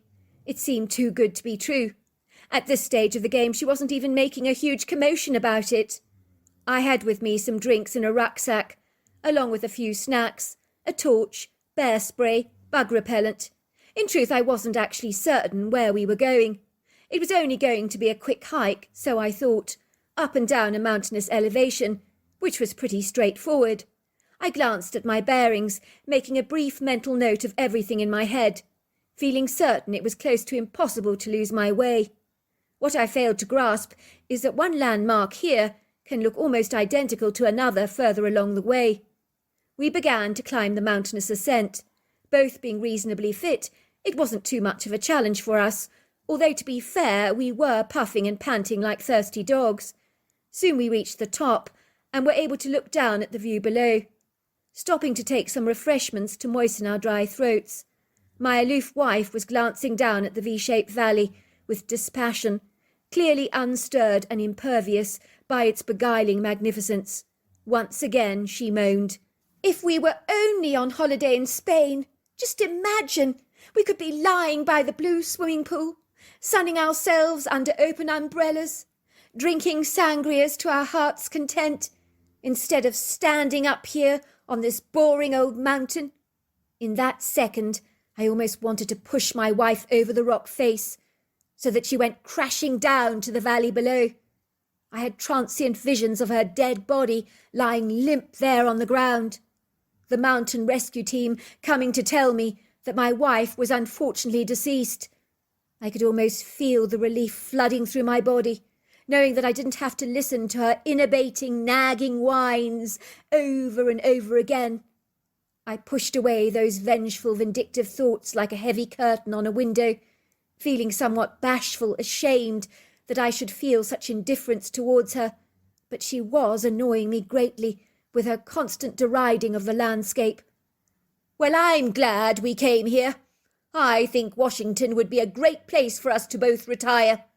I thought in the morning we could visit some farmhouses for sale in these parts. I've already made some appointments with an estate agent to visit a couple of places I know you will love." "You did what?" said my wife, her face growing insolent with rage. "You did what, Cyril?" "I thought we could visit a couple of farmhouses here for sale," I repeated. "How dare you, Cyril? How dare you go behind my back, making all these appointments with estate agents? When did I ever give you the slightest impression that I had an eensy-weensy bit of desire to live here in Washington? I'm not having any of my money going towards a house here. Forget it. It's not going to happen. I'm not saying we have to buy a property here. It would not do us any harm to look at what is available in our price range. You're sneaky, Cyril. I told you I don't want to live in a climate like this. Get it? As I keep telling you, dear, Washington has excellent weather. You can ask anyone. You can't judge your experience here based on one day. Give the place a chance, for goodness sake, before dismissing everything out of hand, which you seem determined to do. We need to reach a compromise. Meet me somewhere in the middle, please, dear, so that we both can be happy. I don't think that is unreasonable for me to ask." My wife virtually growled at me. I gave you a chance once, over Eddie Turner, and look where that got me. I ended up being hoodwinked by a complete loser. Now, as I keep telling you over and over again, I'm not going to view those houses in Washington. I told you I want to live somewhere hot, Cyril, and that's the end to the matter. But I don't want to live in a sauna, sweetheart. I've never been good living in intense heat. Remember when we visited Dubai? I was so hot I stayed in the hotel all day. The only relief I got was from the air conditioning. The only time we went out was in the evening, when the desert temperatures dropped significantly. Remember, we went on that very exciting, vigorous, bumpy drive over the sand dunes. Can't we compromise, sweetheart? Please be fair. As far as I can remember, Dubai was great. The weather was absolutely fantastic. But you were a stick in the mud, just like a penguin always insisting on freezing cold temperatures in our hotel suite. I keep telling you, you're pathetic, absolutely pathetic. My wife's face grew pink with rage, a look I was all too well acquainted with. I could sense that things were about to become rather dramatic. I watched her. She began marching indignantly through the wooded area, making sure I could see she was stamping her foot belligerently. She moved away ahead of me, strutting angrily, oscillating her arms in pronounced, infuriated, exaggerated gestures of defiance, glancing at me occasionally with hostile, thunderous eyes, making me all too aware that I had been relegated to the doghouse with my tail tucked between my legs. I think it was the verbal altercation that ultimately led us way off course. I dutifully followed my wife like a doting puppy dog, begging her to please slow down so that we could talk about things, but she wasn't having any of it. She wantingly ignored me, while she meandered way off course. I tried my level best to appease her, so we became hopelessly lost. Of course, when my wife realised I had absolutely no clue where we were, she became increasingly more peeved. "You silly, silly man! You mean you didn't even bring a map with you? I might have known you'd do something like this. It's so typical of you not to engage your brain. How the heck are we going to get back? If you hadn't been droning on and on about estate agents and farmhouses for sale in Washington, like a tiresome tumble-dryer spinning around and around, we might not have got so hopelessly lost like we are now." "Look," I said to my wife, "there's an arrow pointing to the path through the woods. If we follow it, I'm certain we'll find our way back on the main trail." It did indeed look promising, so my wife begrudgingly agreed. It was getting darker. We could hear the early sounds of the chirping crickets and croaking frogs, auditioning for their singing roles in the night that lay ahead. The tangerine orange glaze of the sun spread across the sky like butter, setting over the valley with a seamless perfection. Its shimmers of light, filtering through the trees, bespeckling everything in flickers of gold. If I had not been so desperate to get back safely to the cabin, I would have been more inclined to wallow in this dazzling mystical splendour, rather like a hippo at a watering hole in Africa. All of a sudden I got the pronounced impression that we were unmitigatingly being watched. I could feel piercing eyes on us. It disturbed me greatly. I sensed unequivocally that there was an ambiguous predator in our midst, but what it was I couldn't fathom. It's hard to explain, but I could sense the all-consuming, compelling presence of something significantly sizable, very profound. Even though, ironically, I couldn't see it, but I could feel it and sense it. It made me wonder if this inner prompting, or proclivity, if you like, is how wild animals can instinctively sense a predator to give them advance warning in nature. "Something's not right," I said to my wife, looking very concerned. "Something's watching us." "Oh, don't be so ridiculous, Cyril," said my wife. "You were always an alarmist. You're just imagining things as usual. Get a move on. We need to get back to the cabin now. You're holding us both up with your pontificating." I knew better than to argue with my wife, but I surreptitiously on a hunch pulled out the bear spray from my pack I was carrying, in case I should need to use it, as well as grabbing a large stick from the ground as some kind of makeshift weapon. Pathetic, I know, but it made me feel significantly safer, more reassured, I suppose. Then we saw it. It made its presence known to us, stepping out of the undergrowth, almost as if it was a portal or a doorway from another realm. I stood there in total shock, as the creature stared at us through deep, dark, curious eyes. I realised at once that this creature was a Bigfoot. It was ironic, as only a week prior I'd watched a programme on television about people claiming to have seen Bigfoots before, but I was so sure that they had been grossly mistaken. But now I was seeing the creature first-hand, larger than life, staring at me directly. It was incredulous. I was so befuddled, gobsmacked and caught off guard that I gawked at the creature. I couldn't really believe what I was perceiving. It was an instantaneous paradigm shift for me. I think I was so startled that my fear had been hijacked, suppressed, subdued if you like, by my extreme astonishment. The creature towered at about 7 foot tall, 3 foot wide across the shoulder area. It stood up elegantly, on long, slim, graceful legs, although the top part of the back seemed somewhat hunched over. The head was shaped like a pyramid, flowing seamlessly into the large shoulders. Its face was so remarkably human that I almost got caught in flagrante delico, as the face reminded me of a good friend of mine who had died in Vietnam. So it really was hauntingly surreal. It was like I was seeing his face on the creature, which was rather unsettling for me. It was covered in dark brown hair with auburn hues. It was built for power and strength and speed, with a body equally on par with a rhino or elephant, but from an upright perspective, that is. So yes, the creature was remarkably intimidating, but it seemed much more inquisitive to us than aggressive. That was all about to change with my wife's foolish, rather bizarre actions. "Shoo!" she shouted, picking up a loose stone on the ground, throwing it at the creature. "Shoo! Shoo, you horrible thing! Get out of here! Shoo! Shoo!" She proceeded to pick up more stones to throw at the creature. I remember she'd done that before with monkeys on a trip to Africa, invariably making things 1,000 times worse for herself. But she certainly hadn't learnt from that lesson. The monkey in question had snatched her sunglasses off her face, putting them on his own eyes. She ran off after it, shouting obscenities at it that would have made a sailor blush.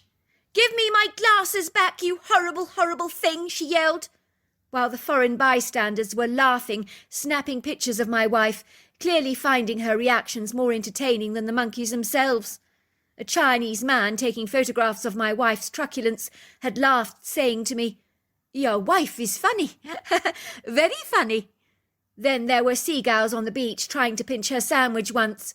She'd cursed like a trooper, her arms flying over her head as she gestured towards them defiantly, in a maddened frenzy. She was not amused. This was different. You didn't go throwing stones at a Bigfoot. Anyone should know that, surely, most especially my wife, but she was not a discerning, perceptive or intuitive woman at the very best of times. "Sweetheart, that's not a good idea. Stop now. Don't do that. You're asking for trouble." For a second the creature looked rather startled. The shock morphed into anger. In retaliation it immediately lifted a stone, throwing it directly at my wife, hitting her on the temple with such a forceful blow that she fell over, crashing to the ground so thunderously that I knew at once she was dead. The Bigfoot glided over to the dead body, looking at me rather bashfully with a somewhat apologetic expression on his face, as if surprised by his own accuracy. I don't think he'd intended to harm her, but he was mad at her for throwing stones at him. I almost felt sorry for the creature, as it quickly glided away.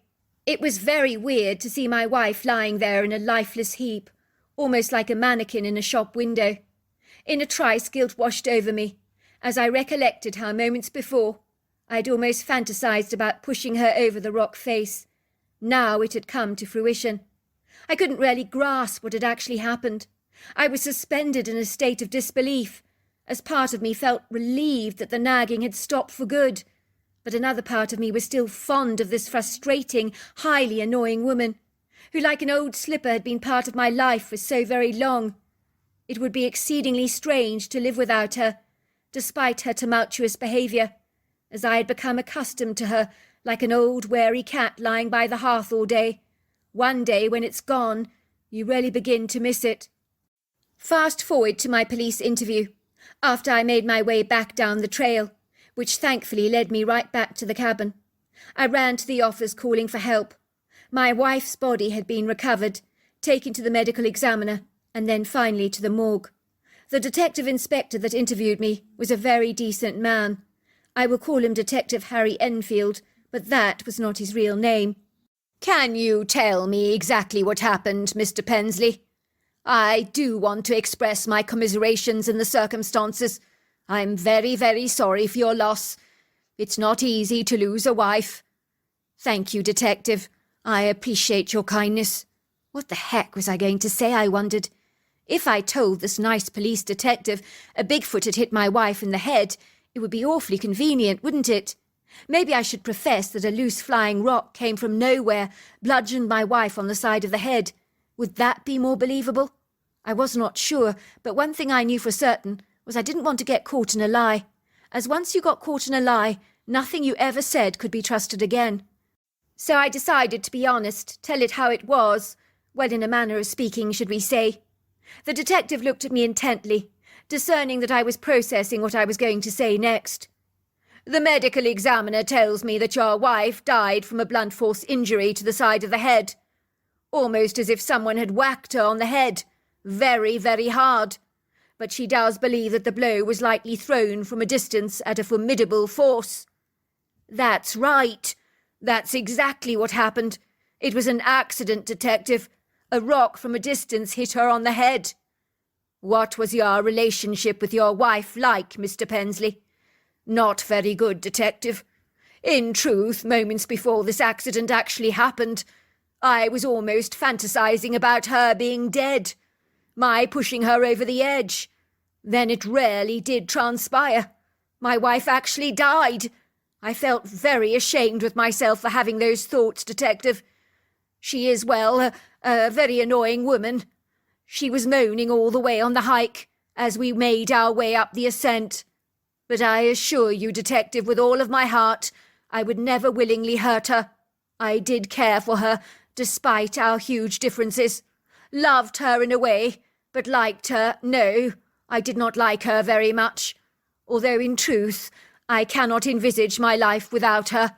I'm rather set in my ways, Detective. I was married for 50 years to her. The detective looked impressed at my revelation. I like your honesty, Mr. Pensley. A lot of men in your shoes would profess to having the perfect relationship with their wives. But you are refreshingly honest. You were certainly married to your wife for a considerably long time. I know exactly what you mean, Mr. Pensley. When you've been with something or someone for a very long time, it's exceedingly difficult to be parted, even when it doesn't serve your greatest good. Detective, am I under suspicion for murdering my wife? I asked directly. I'm willing to take a polygraph test to prove my innocence if I need to. Well, we're just investigating her manner of death. We would not be doing our job properly if we didn't investigate every accident just to ensure nothing nefarious was involved.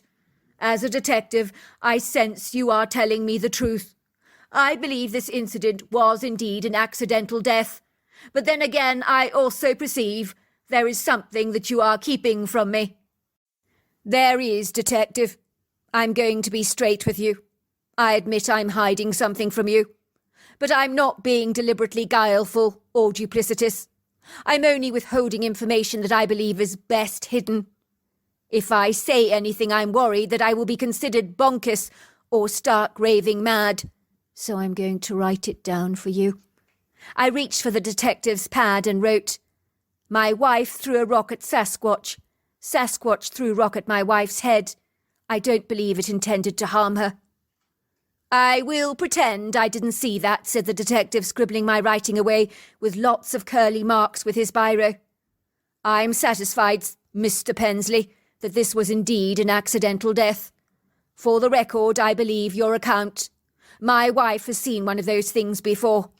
But I shan't be sharing my findings with anyone else. You have my word for that. You are right.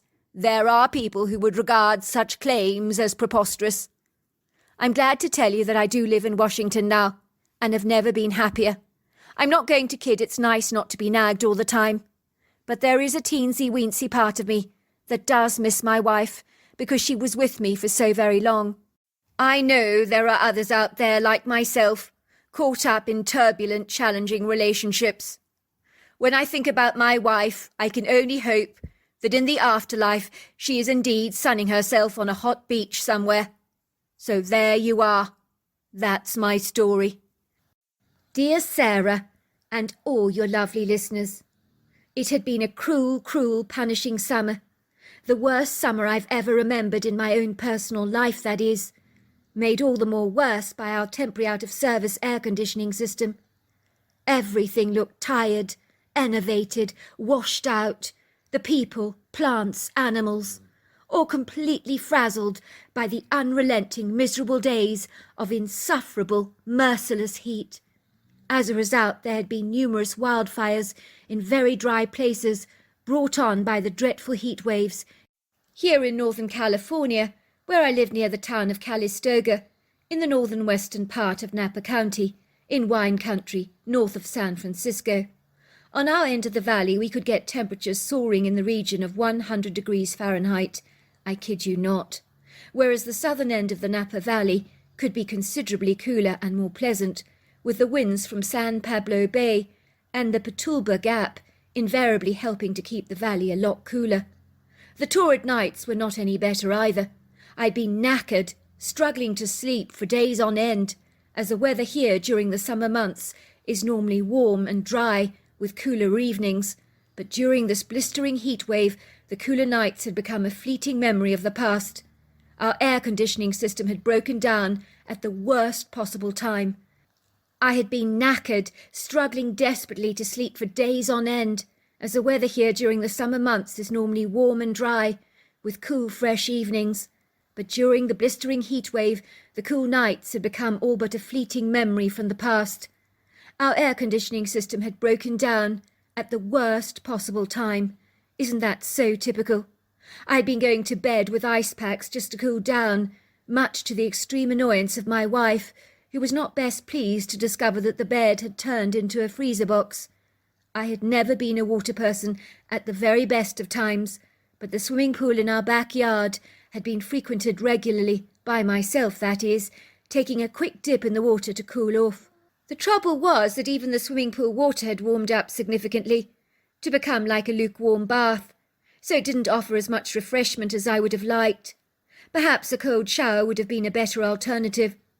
My 3 black Labradors, who were used to the heat in this part of the world, were normally unperturbed by it, but all of them were exhausted from the excessive, intolerable heat wave. They lounged around the house all day long, the oppressive hot temperatures having robbed them of their normal exuberant rambunctiousness. I had found that covering them with wet towels was definitely useful, as it appeared to offer them immeasurable relief.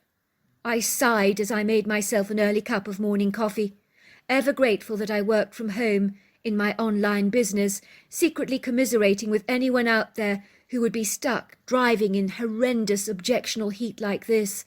I did feel enormous empathy towards them. I enjoyed getting up early in the morning, as it was the coolest, most refreshing part of the day. I glanced out of the window at my backyard.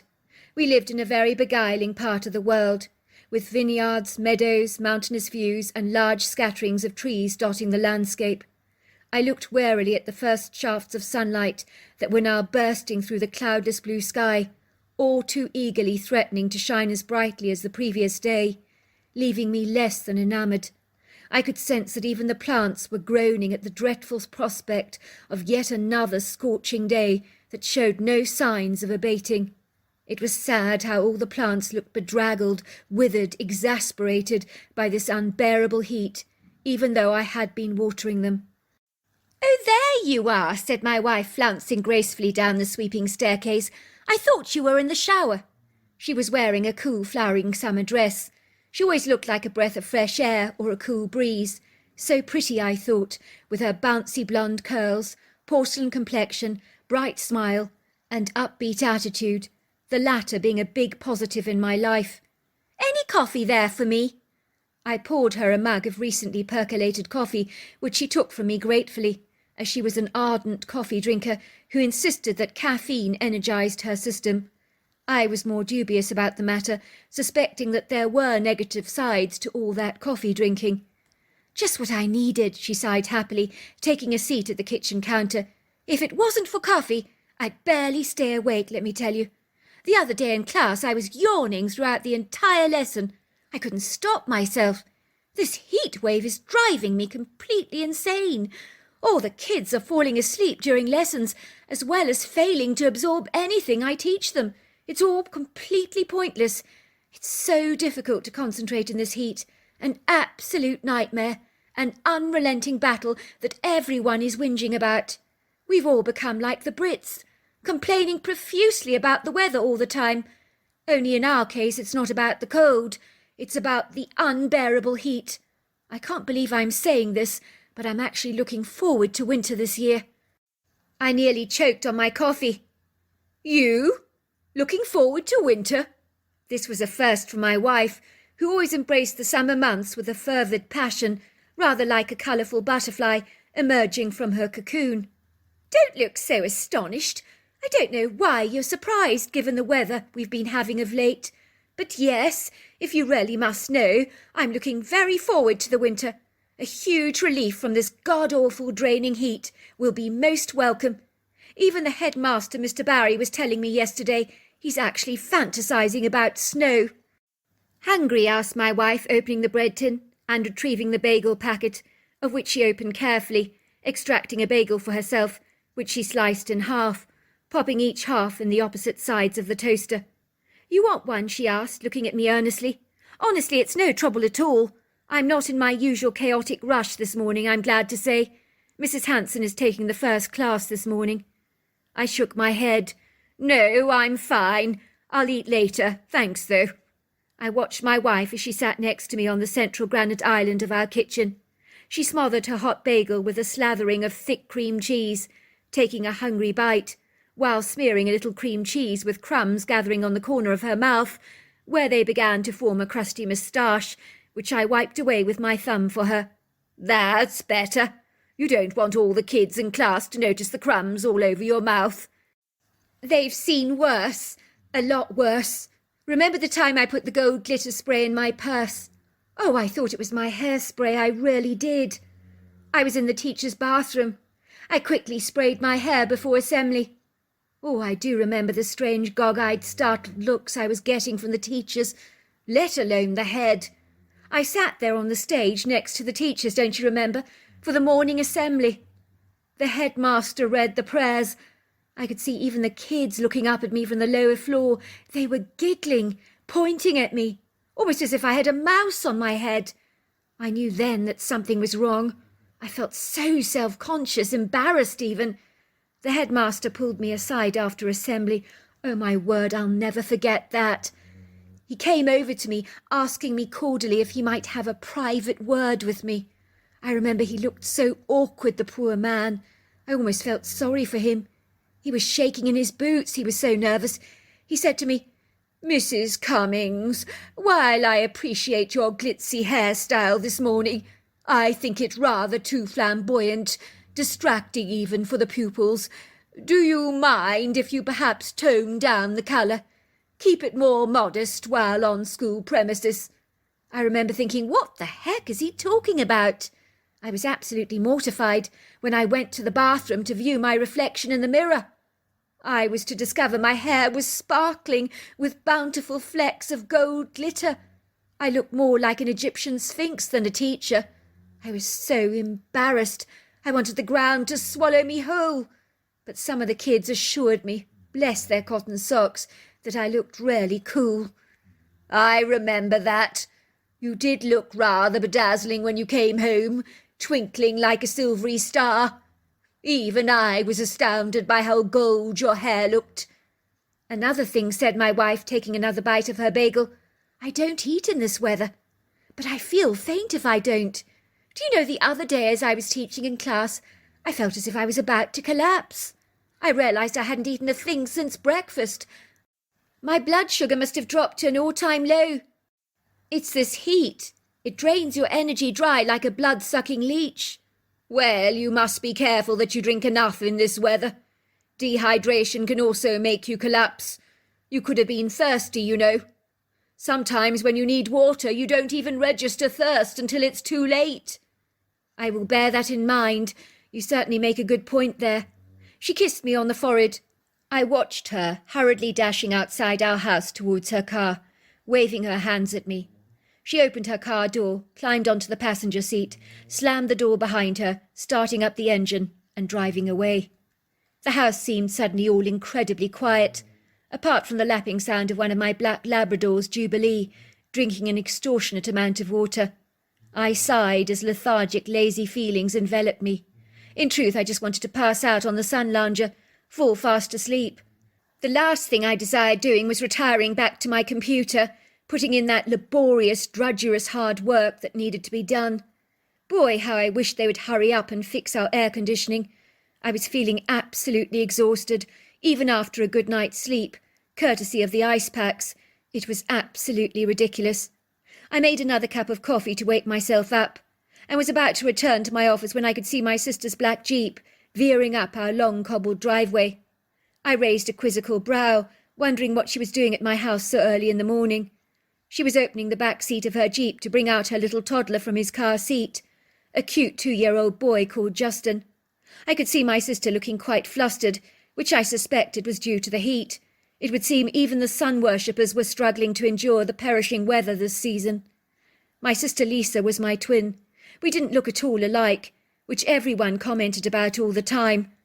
While I had dark black hair, olive skin, hazel eyes, was approximately about 6 foot tall, my sister by contrast looked like an English rose, with dark auburn hair, fair skin, blue eyes. It was exceedingly hard to believe we were even related, let alone actually twins. She was the older twin by a couple of minutes. The two of us were as thick as thieves, so incredibly close that I knew things about her that even her own husband was not privy to. She lived further away from us, in the heart of wine country, surrounded by acres and acres of spectacular vineyards that produced the most phenomenal grapes. She had married into a family that were connoisseurs in the wine industry, procuring some of the region's most illustrious creations. I was not adverse to her generous bottles of wine that graced my shelves from time to time. The big trouble with the wine industry is if you cannot sell your product, you're literally doomed from the start, which is completely devastating and unfair. The big producers have seized the market with such an insatiable greed, which means small competitive businesses producing awesome brands fail to market their products successfully, as they're up against these big commercial giants, rather like big pharma in the medical industry. Many farmers are forced to sell their vineyards as a result over to these big commercial enterprises, so it really does take a huge amount of luck and effort to be a micro-producer in the wine industry, which I think is criminal. I'm so sick and tired of big corporations taking over people's lives, robbing smaller businesses of their successes. My sister and her husband were indeed one of the lucky ones. My sister raced up the sandstone-tiled steps that led into the kitchen, with her little toddler clasped around her right hip, that she promptly put on the floor. Little Justin immediately went tottering towards Misty, the passed-out lackadaisical Labrador. He began to chuckle excitedly as he started patting Misty's fur. "Doggy, doggy," he piped happily. Misty thumped her tail on the marble floor up and down delightedly, appreciating the little hands that were caressing her body, as she revelled in any kind of fussing, even if it was coming from the tiniest of hands. I could see my sister's face looking distraught. She grabbed me in her arms, holding me tightly, as if she was afraid to let me go. In a second she burst into floods of tears. I had not seen her so discomposed before. "I came as soon as I could," she said, wiping the tears away from her eyes with her sleeve. "I had to see you." "What the heck is wrong? Are you all right, sis? You look terrible. You're freaking me out. Has something bad happened? You're not sick, are you?" "No, nothing like that, Julian. Don't look so alarmed. It's a long story. I don't know where to start, but I'm bursting to tell you what happened to me. You're the only person I could ever tell. I have a huge skeleton in my cupboard that I need to offload on you. I take it this means you haven't told Stephen about this." "Are you stark raving mad?" she said, her eyes growing as wide as saucers. "If Stephen knew what I'd done, he'd kill me. It's the sort of thing that can break relationships apart, destroy marriages, tear people's lives into thousands of shreds." "What?" I asked her, failing to adequately disguise the rising alarm in my voice. "What on earth have you done?" My sister looked longingly at the carafe of coffee. "I'm parched. Is any of that coffee going spare? I'm desperate for a drink." I willingly poured her a mug, which she grabbed gratefully, gulping down several sips as if to calm down her frazzled nerves. "You're as bad as my wife. She cannot even start her day without coffee. She swears the caffeine helps give her that quintessential buzz." My sister looked around the kitchen with a look of dismay developing on her face. "It's like a furnace in here. Look at me, I'm already sweating like a pig. Why have you not got your air conditioning on in this diabolical heat? Are you completely off your trolley?" "It's a long story. The air conditioning is getting fixed. It seems we have to wait our turn in a long, frustrating queue until they finally get around to servicing ours. It was only put in last year to replace the old system. It's giving us no end of trouble, blowing out only warm air. How about you? Tell me your story. I'm champing at the bit to hear it." My sister trembled. "The question is where to start, Julian. Yesterday I came back from town in my Jeep Wrangler after doing a grocery shop. Justin was in his car seat in the back. I parked my Jeep directly outside the kitchen door, like I always do to bring in the shopping. The timing couldn't have been worse. My cell phone rang as I got out of the car, so I didn't bring in the shopping nor Justin in straight away. I answered my cell. It was the worst news ever." She paused for a moment, drawing a deep breath, as if what she was about to tell me grieved her heart dreadfully. "Melinda died." "Oh, I am sorry. But you knew sooner or later it was going to happen, didn't you?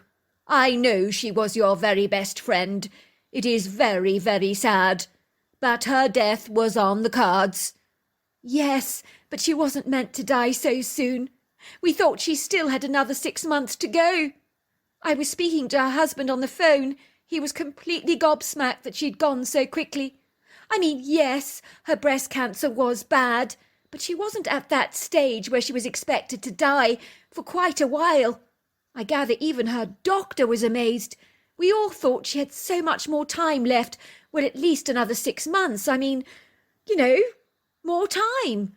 So I went to visit her a day earlier. She was as right as rain. She actually told me she'd never felt so on top of the world. I remember thinking she looked radiant, but yesterday morning her husband woke up to find her deceased.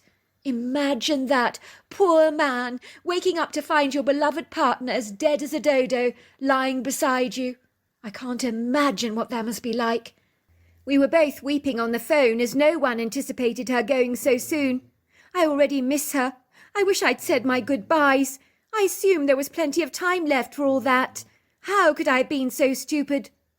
"I know it's hard, sis," I said, cradling her in my arms. "These things happen. Life can be very cruel." "Yes, but you don't get it, Julian. I never said goodbye. That's what I'm trying to say." "Well, that's not necessarily a bad thing. At least she didn't suffer. She went quickly, without having to be dosed up with morphine. That's a gift, an unlikely blessing. Anyway, that's not even half of the story. It gets worse." I raised a questioning brow. "Go on," I prompted. "You're getting me ever so slightly concerned with that ominous confession of yours." "Well, this is the part of my story that if my husband had the faintest clue about, he would divorce me in a heartbeat.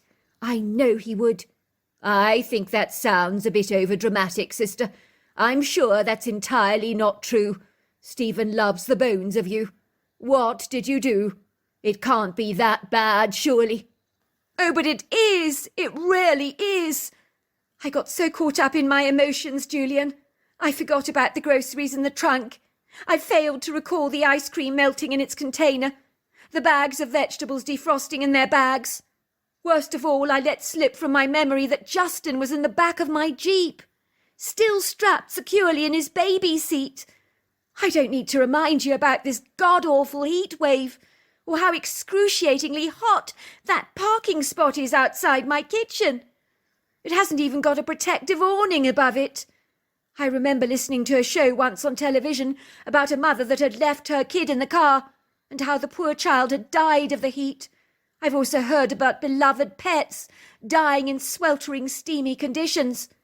I remember being so angry with that mother for doing that to her child. I thought, what kind of an atrocious mother would do that? But I am that atrocious mother, Julian. She said this, her eyes clouding over with tears, little droplets of water clinging to her lashes. In fact, if the truth be told, I'm not even fit to be a mother. No, I gasped. You didn't, did you? I did, she said, grabbing Justin protectively while ruffling his soft brown curly hair between her fingers. You don't get it, Julian. He could have died. He should have died. He wouldn't be here now if it hadn't been. Carry on with your story. Take a deep breath. Just relax. Well, after hearing about Melinda, I was so overwrought emotionally. I couldn't even think straight. I was overcome with the most incredulous despair. I was an absolute mess. I never knew that I could fall apart like this, but I did. I ran to the bedroom, grabbed my pillow, cried in it for ages and ages, soaking my cotton pillow with all my tears. Oh, Julian, I disregarded the shopping, overpassed any fleeting thoughts about Justin. I was wallowing in my own self-pity over losing my friend.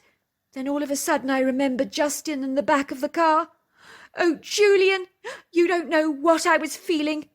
Oh, it was a mother's most daunting, dreadful nightmare. The most unfathomable horror engulfed my entire being that no words could ever articulate. I can't describe to you the nauseous feeling that overcame me. I was sick to my stomach. I was bludgeoned by an impending dread like nothing I can describe. I remember thinking, no, my God, no, no, no. While I'd been crying on my bed, my poor little Justin was slowly dying in the back of the car, suffocating from the intense heat. I had no idea how long he had been in there, but it was a long time. I doubted he would be alive. In truth, I knew in my gut that he had to be dead. He couldn't have survived this. I was so terrified of what I would find, Julian, when I got to the trunk. The fear, Julian, it was coursing through my veins at 1,000 miles an hour. My heart was pounding. There was a huge, hollow, vacuum-like pit in my stomach. I bolted out of that kitchen door so fast, screaming at the top of my lungs, calling out Justin's name. Justin! Justin! Justin! I bolted frantically over to the back door of my Jeep to open it for my precious baby. And what? And Justin wasn't in there. What do you mean he wasn't in there? He was not in there. Someone had smashed my car window, torn the strap off his car seat, taken Justin, but I couldn't see him anywhere. My God, I said, cupping my hands over my mouth in astonishment. I was so relieved he wasn't in the car. But then where was he? Who had removed him from my car? Had he been abducted? Or had someone rescued him from the sauna of my Jeep? But who? I mean, we don't exactly have any close neighbours, do we? I couldn't fathom what had happened, but I was in a frenzy like a bee over its hive. All I could think is that either someone had reported me to the authorities for roasting my kid in an oven, or that Justin had been cruelly abducted. Either scenario didn't look good for me, whatever way you looked at it. I began to panic and scream, calling out my son's name, running through the house and all over the back and the front yard frantically, calling from him. I didn't think he could have got any further.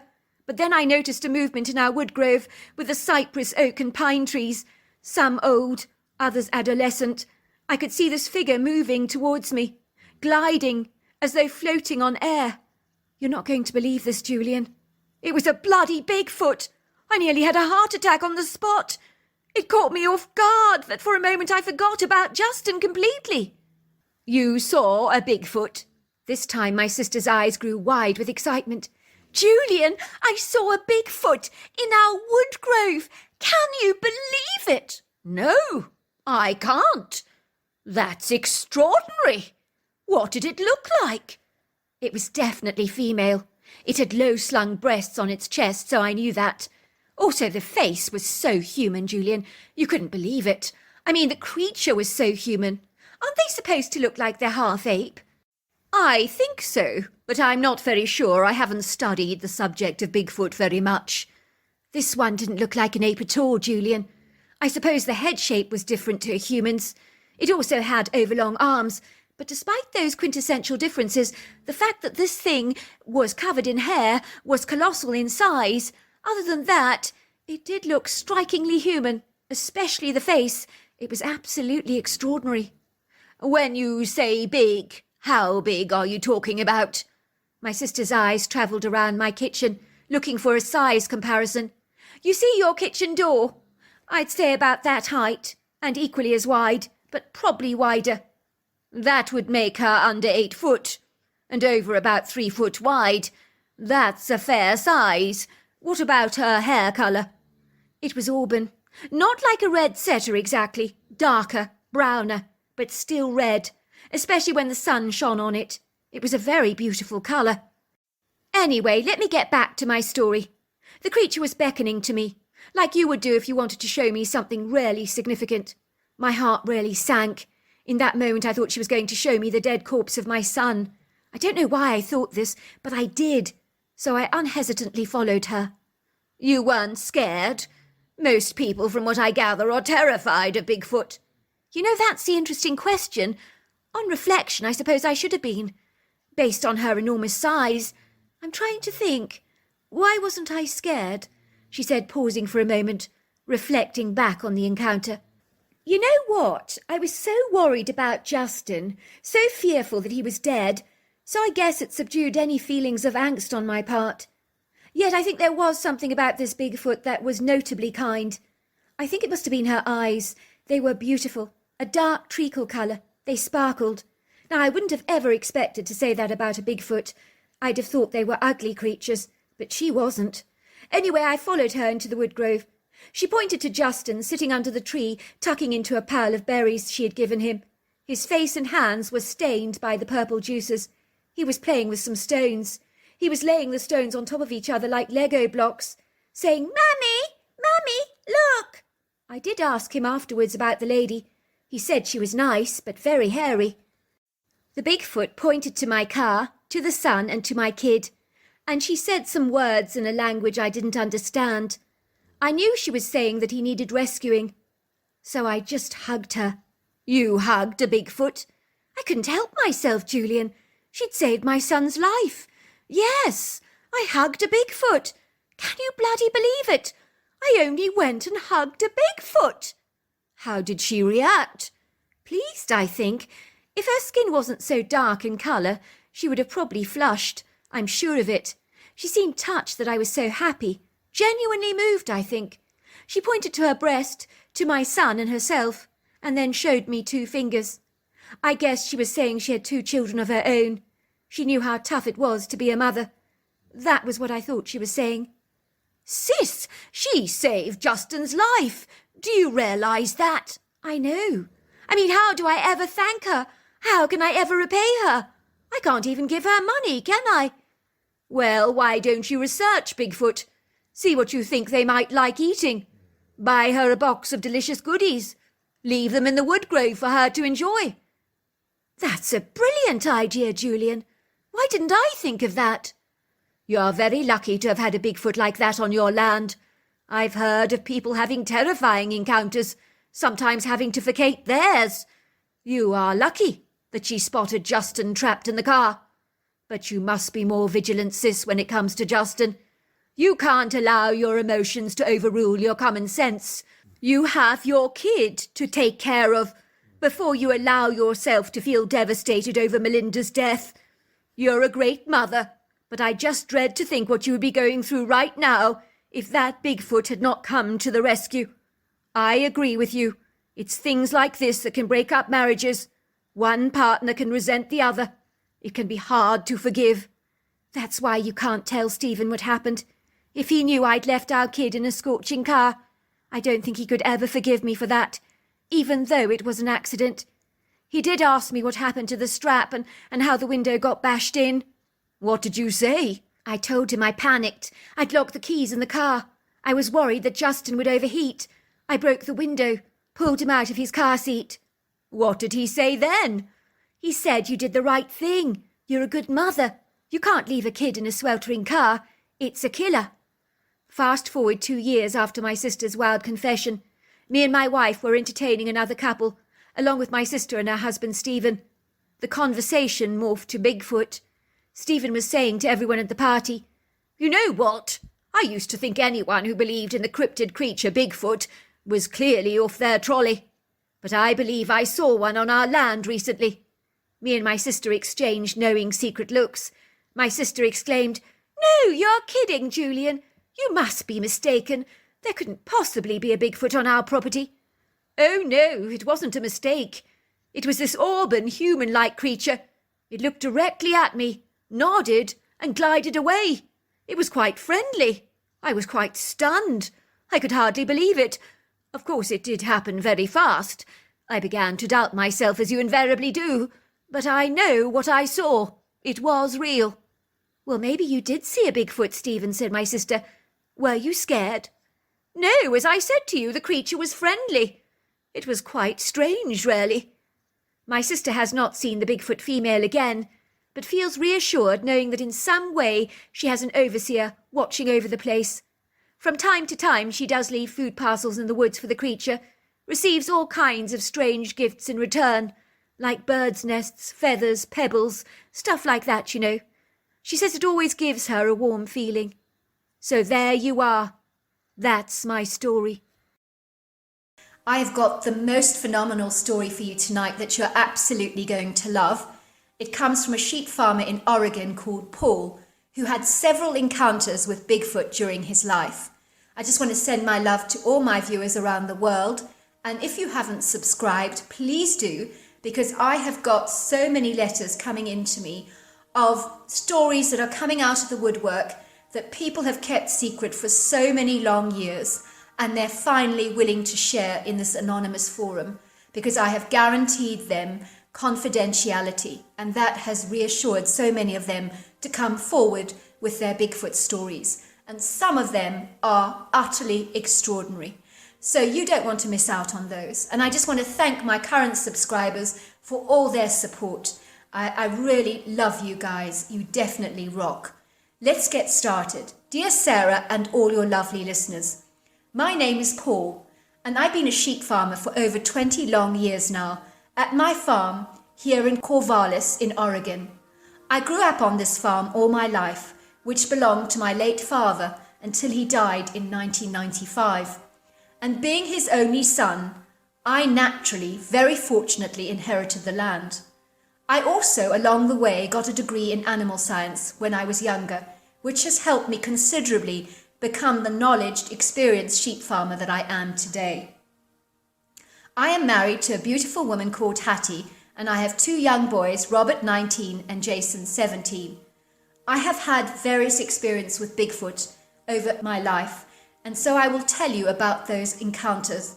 But before I do, let me describe the rural setting where I live, so that your listeners can paint a picture in their minds of my sheep farm and the location of my Bigfoot experience. I live in a visually stunning location in an old 1880s farmhouse that my father restored to pristine perfection when I was a young boy. Over the years, I've done some renovations of my own to the house, and so I have managed to keep the historic integrity of the place, I'm glad to say. On my farm currently, I have about 280 lambs and 190 ewes, and the sheep that I farm are known as hair sheep because they do not require sharing, which for me would be a laborious job to do because it requires a very skilled professional hand, and it needs to be done exceedingly fast. My sheep shed their hair naturally once a year, but the meat from my sheep is mild and extremely tender, and believe me, they taste delicious. Of course, it does help to give your animals the best nutrition possible with all the necessary minerals like selenium and zinc, because this ensures the health and vitality of the sheep and also the quality and the taste of the meat. I have what I call a rotational feeding system as far as the grazing is concerned, which means that certain pastures are rested for only 45 days before the sheep can graze there again. This gives the rested grazing land a chance to regenerate and revive itself before it is grazed again. I seeded my pasture again 5 years ago, using different grasses like lush orchard grasses, including spreading grasses like red clover, and so I've enhanced their diet considerably. I never give my sheep grain, but they have a porridge-based diet and a high-quality hay, especially during the winter months. I also have a solar-powered watering system, which is fantastic on my land, and I have 2 Pyrenees dogs that stay and look after the lambs and sheep, protecting them from predators like coyotes, and they are brilliant at their jobs. They never leave the land. I have a lot of grazing land on my property for sheep, but I also have a lake and a pond on the land, as well as a forest that stretches back for many miles. The views of the stunning rolling countryside and magnificent mountain valleys are utterly spectacular and breathtaking, and I consider myself remarkably privileged to live in such an idyllic country setting. You should see the golden sunsets on my land, as they truly are a sight to behold, and a gentle reminder of why I do this work. Over the years, we were aware of strange whooping sounds from the valley that definitely sounded like primate calls. I don't think they could have been anything else. And we could hear these calls being answered back on the other side of the valley. We would also get to hear wood knocks very frequently, and we still do today. And some from time to time we would hear banging around our own home. When my dad did renovate our property when I was a young boy, that was when the banging increased intensely. At first, my mother thought the property was haunted because of the renovations that she believed had energized the spirits of previous owners of our property. However, we were to find strange boulders outside our outbuildings that something had thrown at us during the night. We also got to see huge 16-inch footprints in the mud around our land. That, however, did not stop my mother from calling in a team of paranormal investigators to test the property for spirits, but luckily there was no sign of activity. At first, my father thought those footprints we had seen must have belonged to a bear. Luckily, the activity eventually did die down, although we did have a mysterious event when at one day a bag of oats vanished from an outbuilding and the door had been broken down by something exceedingly big. Of course, my father thought we had been robbed, but none of our expensive farming equipment had been seized. One day when I was playing by the lake as a young boy, I do remember seeing what I believed was a bear standing in the water with its back turned away from me. Its body was just covered in brown hair with silver root tops, and it was only when I saw it grabbing a frog which it started to eat that I realized it wasn't a bear, because it had hands like we do and not paws. I remember how terrified I was of this creature. It truly was an apex predator, and it had an incredible presence about it, something that you just do not forget. My heart was pounding and my whole body was shaking and trembling because I could see that this creature could potentially kill me and could be more brutal than a bear. I knew it could snap my neck just like it did a twig. I remember hiding and watching the thing behind a little bush. For a moment, in terror, I thought it had detected me by the way it was sniffing the air with its nose, as if it had got a whiff of my scent. If it knew I was there, it still left me alone, but it did seem to make a hasty retreat to the forest line and glance several times over its shoulders in my direction. For a moment I did get a brief view of the creature's long humanoid face. Luckily it never saw me, but I did watch it glide very gracefully into the woody area, and it was so incredibly flawless the way it moved, and it was so fast, almost equaling to the gallop of a horse on those long, lean, muscular legs. I always remember that I never told my father what I'd seen, because I knew he would think I was making it up, as we had never heard of creatures like this before. One day we heard a strange noise outside our front door, and 2 of our Pyrenees dogs that always stayed with the sheep were scratching on the door to be let in. They behaved in such a strange way and were whimpering and yelping in terror. They were cowering in fear, so we knew something was very wrong because they had never behaved like that before, and they never left the sheep unattended. My father dashed over to the sheep pasture with his rifle in hand, and when he came back he said that there was the most intolerable smell in the area that he could not describe, but it was very sulphurous and disgusting. He also said that there were 3 sheep that had vanished mysteriously without a trace, although he had found some spilled blood on the grass, and it looked as if it was leading to the wooded area on our land. He found a strange bundle of brown human-like hair that had snagged itself on a nearby tree branch. It was all very odd. In my childlike mind, I was almost certain it was the creature I had seen by the lake, eating a frog, that was responsible for this heinous crime. But believe it or not, I never breathed a word of it to my father. I think the thing that bewildered me most about the disappearing sheep was that the 2 Pyrenees dogs that faithfully guarded the sheep were so terrified of this predator, yet they were so brilliant at chasing after coyotes without any problems. So whatever had taken those sheep was an exceedingly dangerous predator, so much so that the Pyrenees dogs had been threatened with their very lives, and that I knew was definitely true. Luckily, we had no more cases of sheep going missing on our farm after that, and over many years everything was relatively quiet, calm and normal, until one day when things changed dramatically. This was shortly after I'd taken over the farm from my dad, after he had sadly passed away 2 years after my mother. I always believed he died of a broken heart because he was so grieved over my mother's passing from pancreatic cancer. One day on my land, we were having major problems with about 60 or more coyotes on our property who were attacking all our sheep. Even though our Pyrenees dogs would chase after the coyotes, the problem was that they were outnumbered and outsmarted by these clever, crafty creatures. So while my dogs would chase after a few coyotes, the others would creep into the pasture and attack the sheep. These coyotes would kill my sheep swiftly by cutting their throats just behind the jaw and below the ear. My dogs were utterly exhausted from the nightly activities and visits from the coyotes, and despite my dogs' best efforts, they had succeeded in taking down a few of our sheep. I knew I had to manage this situation, as these sheep are my livelihood, and I could not afford to lose them to the predators.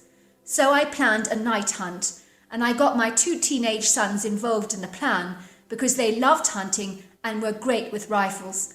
I also needed to use my epic thermal hunting tool to help me locate these creatures with thermal imagery.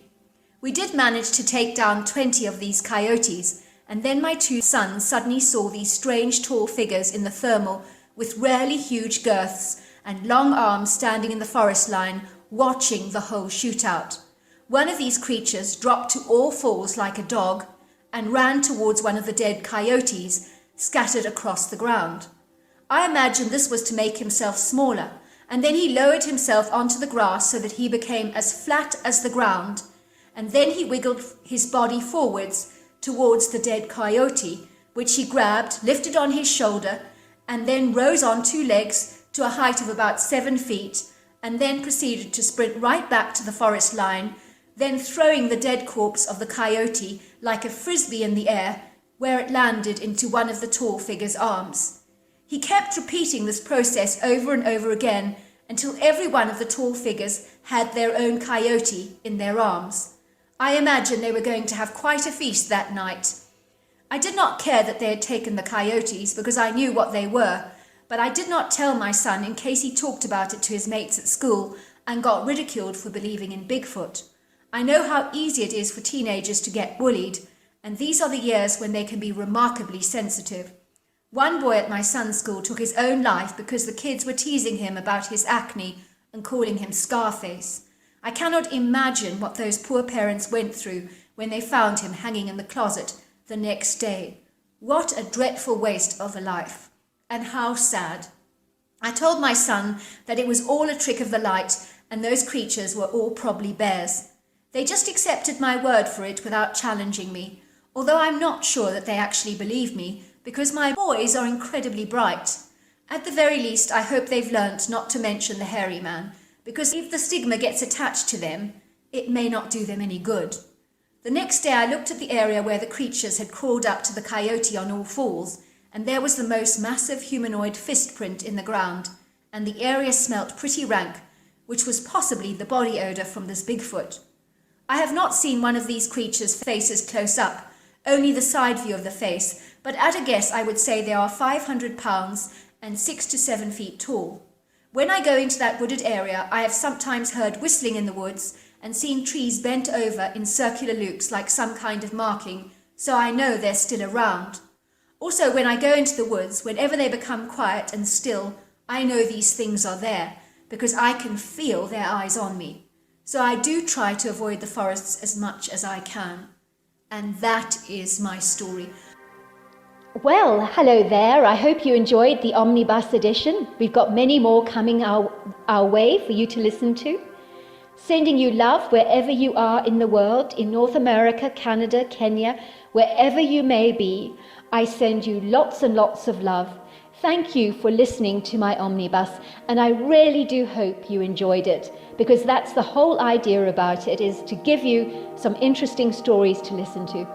So until next time, goodbye and good night.